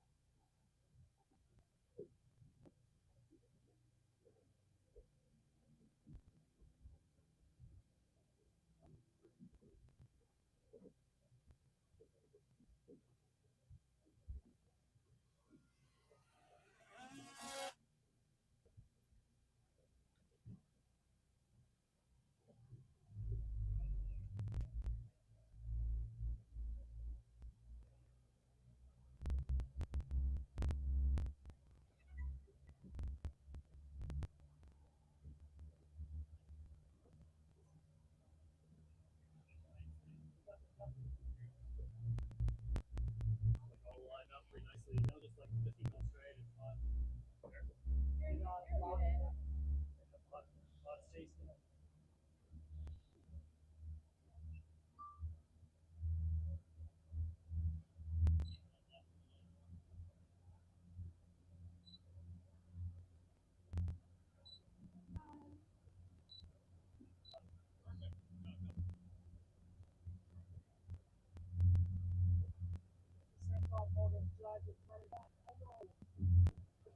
Hey, Tommy.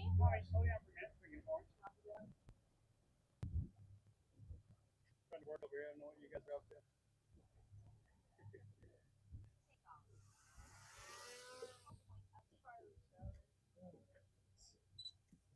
Production, getting hold of it.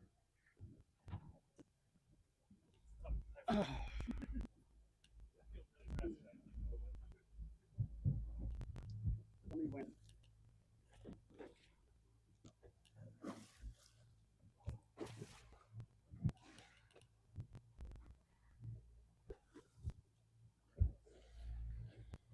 Back to the run, first run of race 3. As we see a long, slow run. Mockingbird leading, Nellie J second. In third place is Robert Hughes and Heartbreaker. The Katana has jived out, followed by the Wizard and the WindQuest. We have this time that we talk about the race leader, the Mockingbird. Chris Duhan is from Chicago, has been racing a long time, grew up in New Orleans actually. Duhan is a little Cajun name. With him is Joachim Aschenbrenner, who has done a lot of work for him all summer, does a great job out of Denmark. We got Nick Blackman as the bow. Dave Tank, great bowman for years. Dave Tank is doing mid bow. Mike Boucher is the pit. Tom Powery out of New Zealand, the great sailor out of New Zealand, who is also the son-in-law of Rod Davis, great American and Australian sailor. Stefano Nava is the other trim. Ron Foley is the grinder. Jason Artemina is the other grinder. Steve Thomas does main. Chris Welsh does the runner. Kevin Adbink is the navigator, and Keith Kinley is the other grinder. And those guys right now are leading race 3 of the afternoon.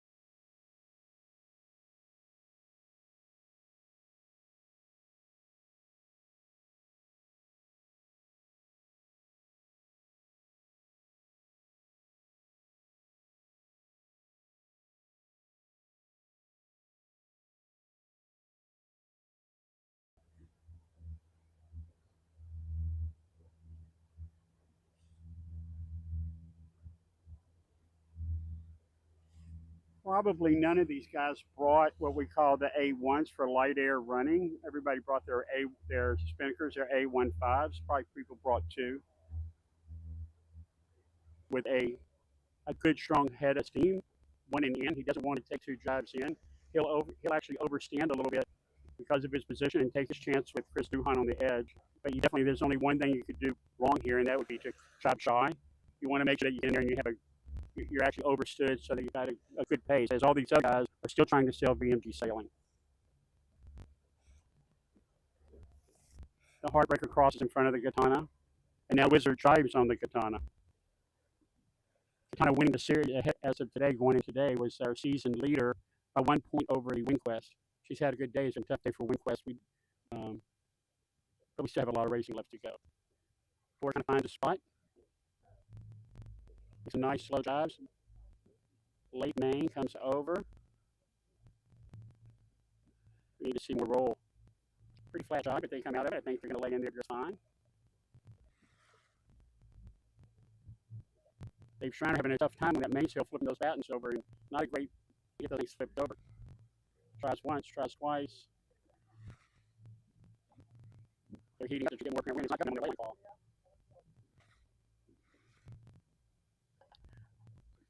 Well, as part of the last leg of race 2, the left side paid the downwind, upwind left, downwind right. WinQuest has passed the Wizard, the Katana, and has a good beat on the Natalie J. And Chris Duhon, who did such a great job on the last leg of race 2, just has stepped his lead out into the gate. Views on the Heartbreaker has a nice late air jibe here. He's on a good lay line.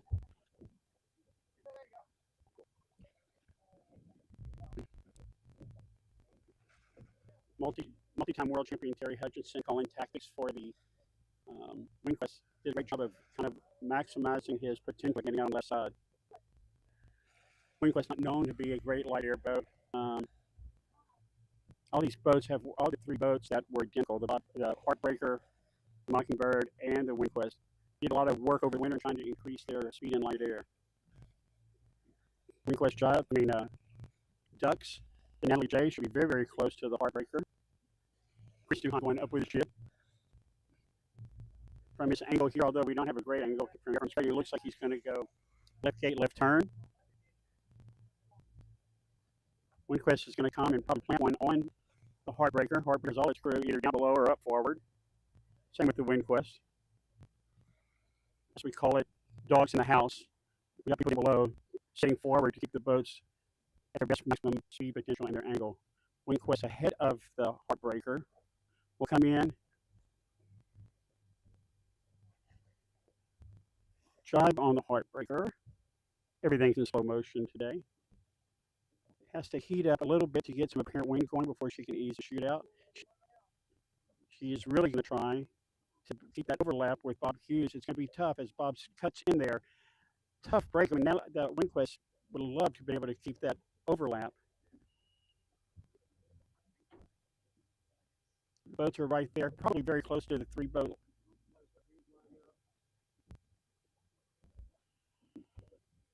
Now they're going to switch sides. WinQuest will go to right gate, right turn. The Heartbreaker will take the left gate, left turn. Great run by the WinQuest, who comes from deep in the 6th to 3rd boat around. Very close. Kind of fumbled a little bit here on this by letting the great opportunity. It's a tough place for him to be. One boat length ahead, and they could have crossed both of those boats and been in second to the mark. Meantime, the Mockingbird just is on a nice little full sprint to right corner. Bob Hughes goes in there. Natalie J crosses, and then there's the WinQuest.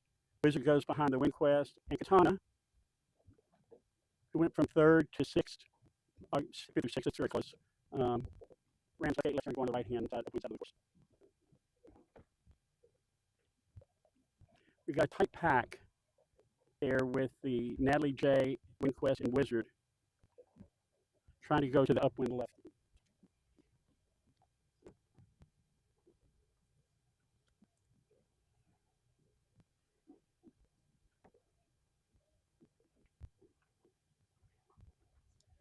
The last boat of the day, we haven't really talked about the crew. Well, we got a relatively long beat. is the crew of the yacht of the Conquest, owned by Doug and Dalton DeVos out of Grand Rapids, Michigan. Again, another boat with a talented group of sailors. Matt Cassie, who also does the bow for Quantum Racing, he does the bow here. Graham Post does the mid bow. Mark Penny, who is a great boat mechanic and takes care of the WindQuest, does the pit.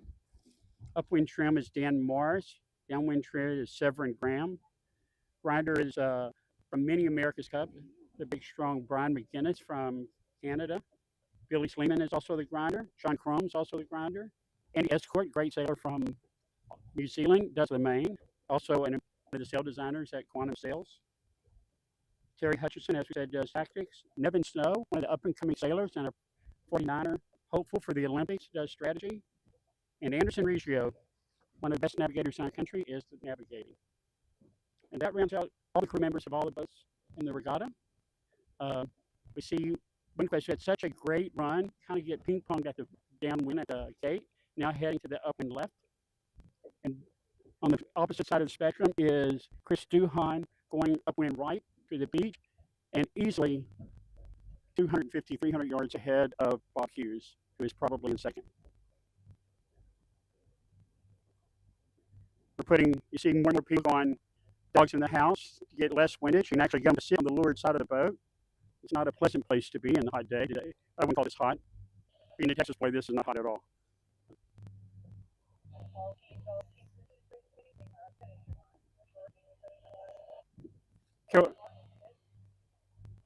Carol Hemming, our race committee chairman, just announced that they were going to shorten the last leg of the race. They're moving the finish line up, letting the competitors know. WindQuest finally tacked. She's on the left hip. It's going to be a tough place for her to survive, but we can survive out there occasionally all day. And I mean, right now, the Natalie J, who's a boat under her, has a really good angle on the Wizard. Chris will probably go as close to the lay line, just eliminate any type of movement just to stretch this lead out. This is Chris's maybe third year with the boat and has put together a really great crew and has done a good job for the last couple of regattas. Has watched his placing go up and up and showing a great race here. In the last race of our regatta, the distance race. And when he gets ahead, he puts the pedal down.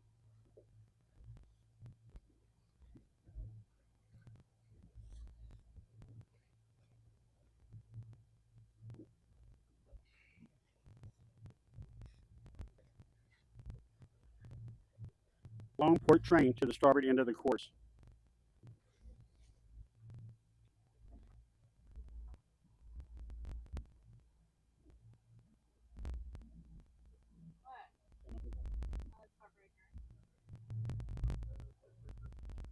In your screen, you have Heartbreaker, second place boat. And behind you can see how the fleet stacks up with him. It's Heartbreaker, Katana, Wizard, Natalie J, and WindQuest.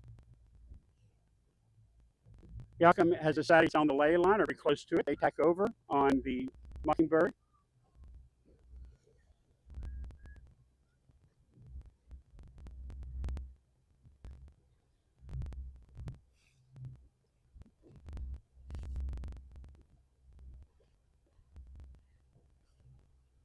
One of the impressive boats of this speed has been the Natalie J, who's kind of been bow up out there, kind of in the center of the course. I don't think she has anything for the Mockingbird, but she's done a great job out there, actually gaining some gauge on the Wizard.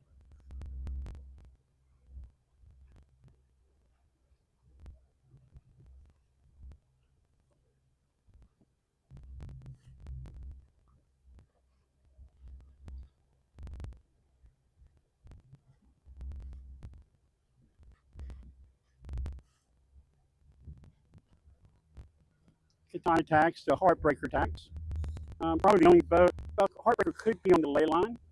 I'm quite sure that the Mockingbird is on or just under the starboard tack lay line. We see the Wizard tack on Katana. And we see the Natalie J preparing to tack on the Wizard. The person who should be happy is the Natalie J passes up the Wizard and it's going to go to try to get onto Bob Hughes. I was about to say the person who should be happy about this would be Bob Hughes. kind of out here, maybe on a heavy ley line or just on the ley line. He crosses in front of the Natalie J. Windquest got kind of shut out. Ping Pong got that load mark is now the far left boat, and the right has come in, and everything that she gained now she has lost back. Looking at the transom here, Bob on the Heartbreaker is not on the ley line, so we still got a couple of tacks into this thing. Probably Bora will go to the ley line.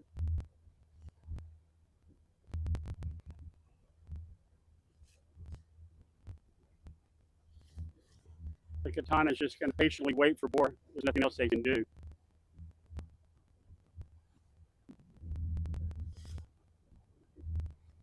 Ley line gets, the breeze gets lighter, the ley lines get wider and wider. So it looks like, hey, they can lay, they really can't. These boats, like I said before, thin keels have a lot of slip, especially in these light air tacks. There goes the Natalie J as she tacks onto the starboard ley line, or what her call is as the starboard ley line. Chris behind on the port ley line, way ahead of the Natalie J.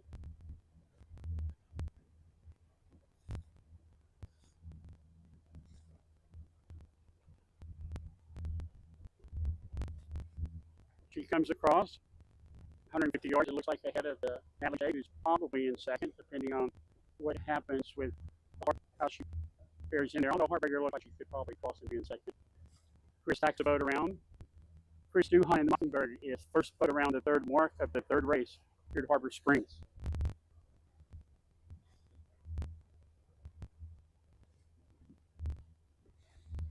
Underneath the dynamical links is Bob Hughes, and in the Heartbreaker, she's really making a play to get up there. Can't do it. Chris going down. You can see him getting ready to attack. Windquest kind of back in it. On port will have to deck the Katana. Or deck under them. We'll see where they go with this. Because they're going to have the Wizard tack on them. I think they're going to come and try to snuggle underneath the Katana. Chris way ahead. Shoot is up. After offset, barrel set. Bob Hughes second place in, laid from down there. Nice work by Bob, realizing that these guys had all overstood. Windquest tacks underneath the Katana, safely underneath. All these guys have somewhat overstood. The Wizard's going to come in and tack right behind the Natalie J and onto the Windquest and Katana. Bob Hughes is around, second at the top mark.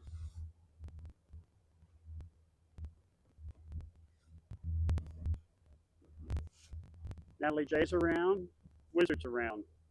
Interesting, Natalie J takes a high road on the offset. I don't know if that was on purpose. Interesting maneuver by Boy, high on that leg. Maybe that's just his set, barrel set. So far, all boats are barrel setting.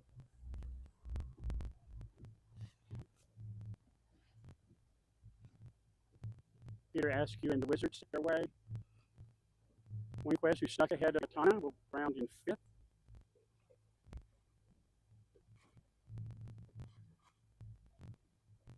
As she bears away, sets, and John Hume in the Katana will be sixth as she rounds the mark and sets the chute. Shoots up. There you go. Your six boats. Mockingbird, Heartbreaker, Natalie J, Wizard, Windquest, Katana. Looks like it's probably right at a mile or just less than a mile to the finish.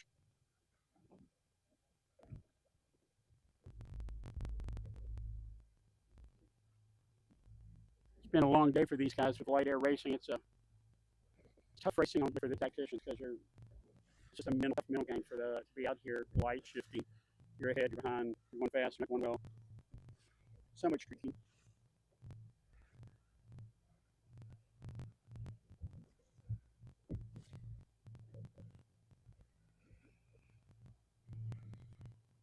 Long line of starboard drive boats going to the downwind right hand side of the course.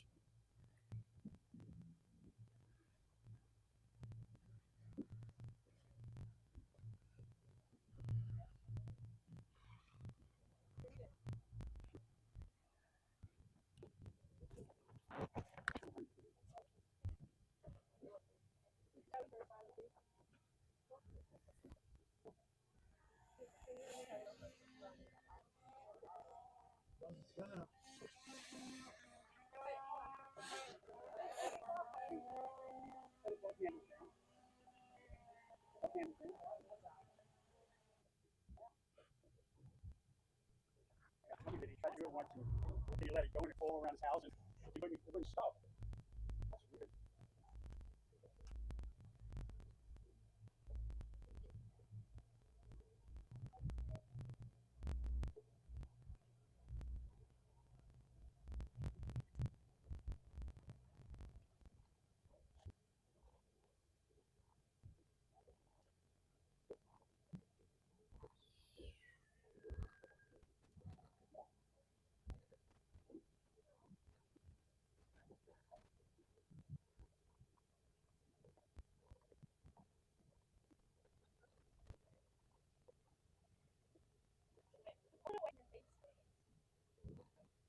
Let's just wait for him to get in line.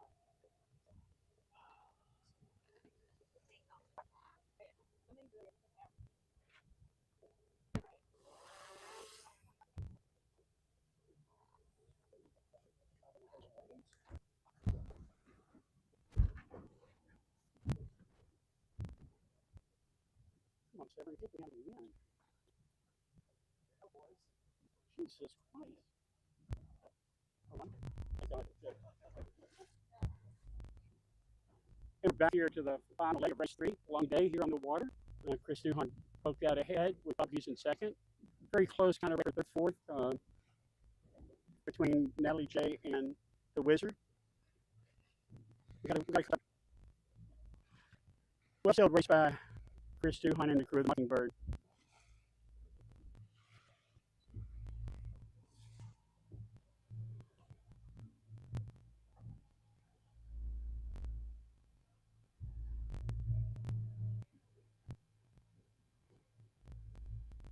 And Chris Duhon on the boat, on the yacht Mockingbird, is first to finish race 3 of our regatta here at the Little Traverse Cup.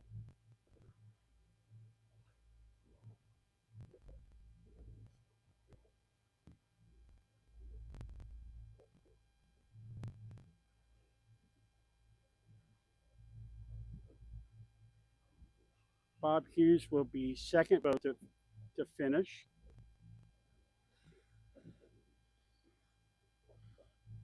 Heartbreaker as she crosses the line.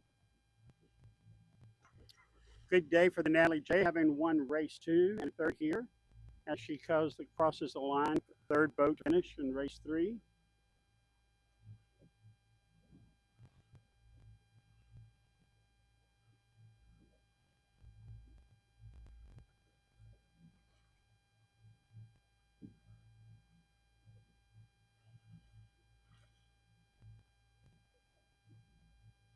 It looks like the Katana got back ahead of the WindQuest. It will be very, very close.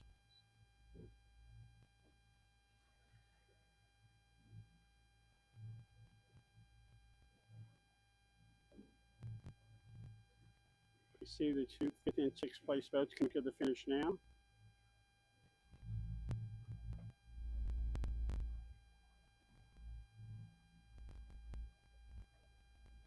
Across the line, WindQuest crosses the line in front of the Katana. To be the 5th boat to finish by Katana will be the 6th. And that's going to wrap up a day of some light air racing. Oh, hold on. That's going to conclude our first day of racing here at Harbor Springs. Light air day. We hope to have more breeze tomorrow and Saturday. But until then, we hope to see you tomorrow. This is Farley, and I'm out. Farley out. That, my friend, is a lot of talking.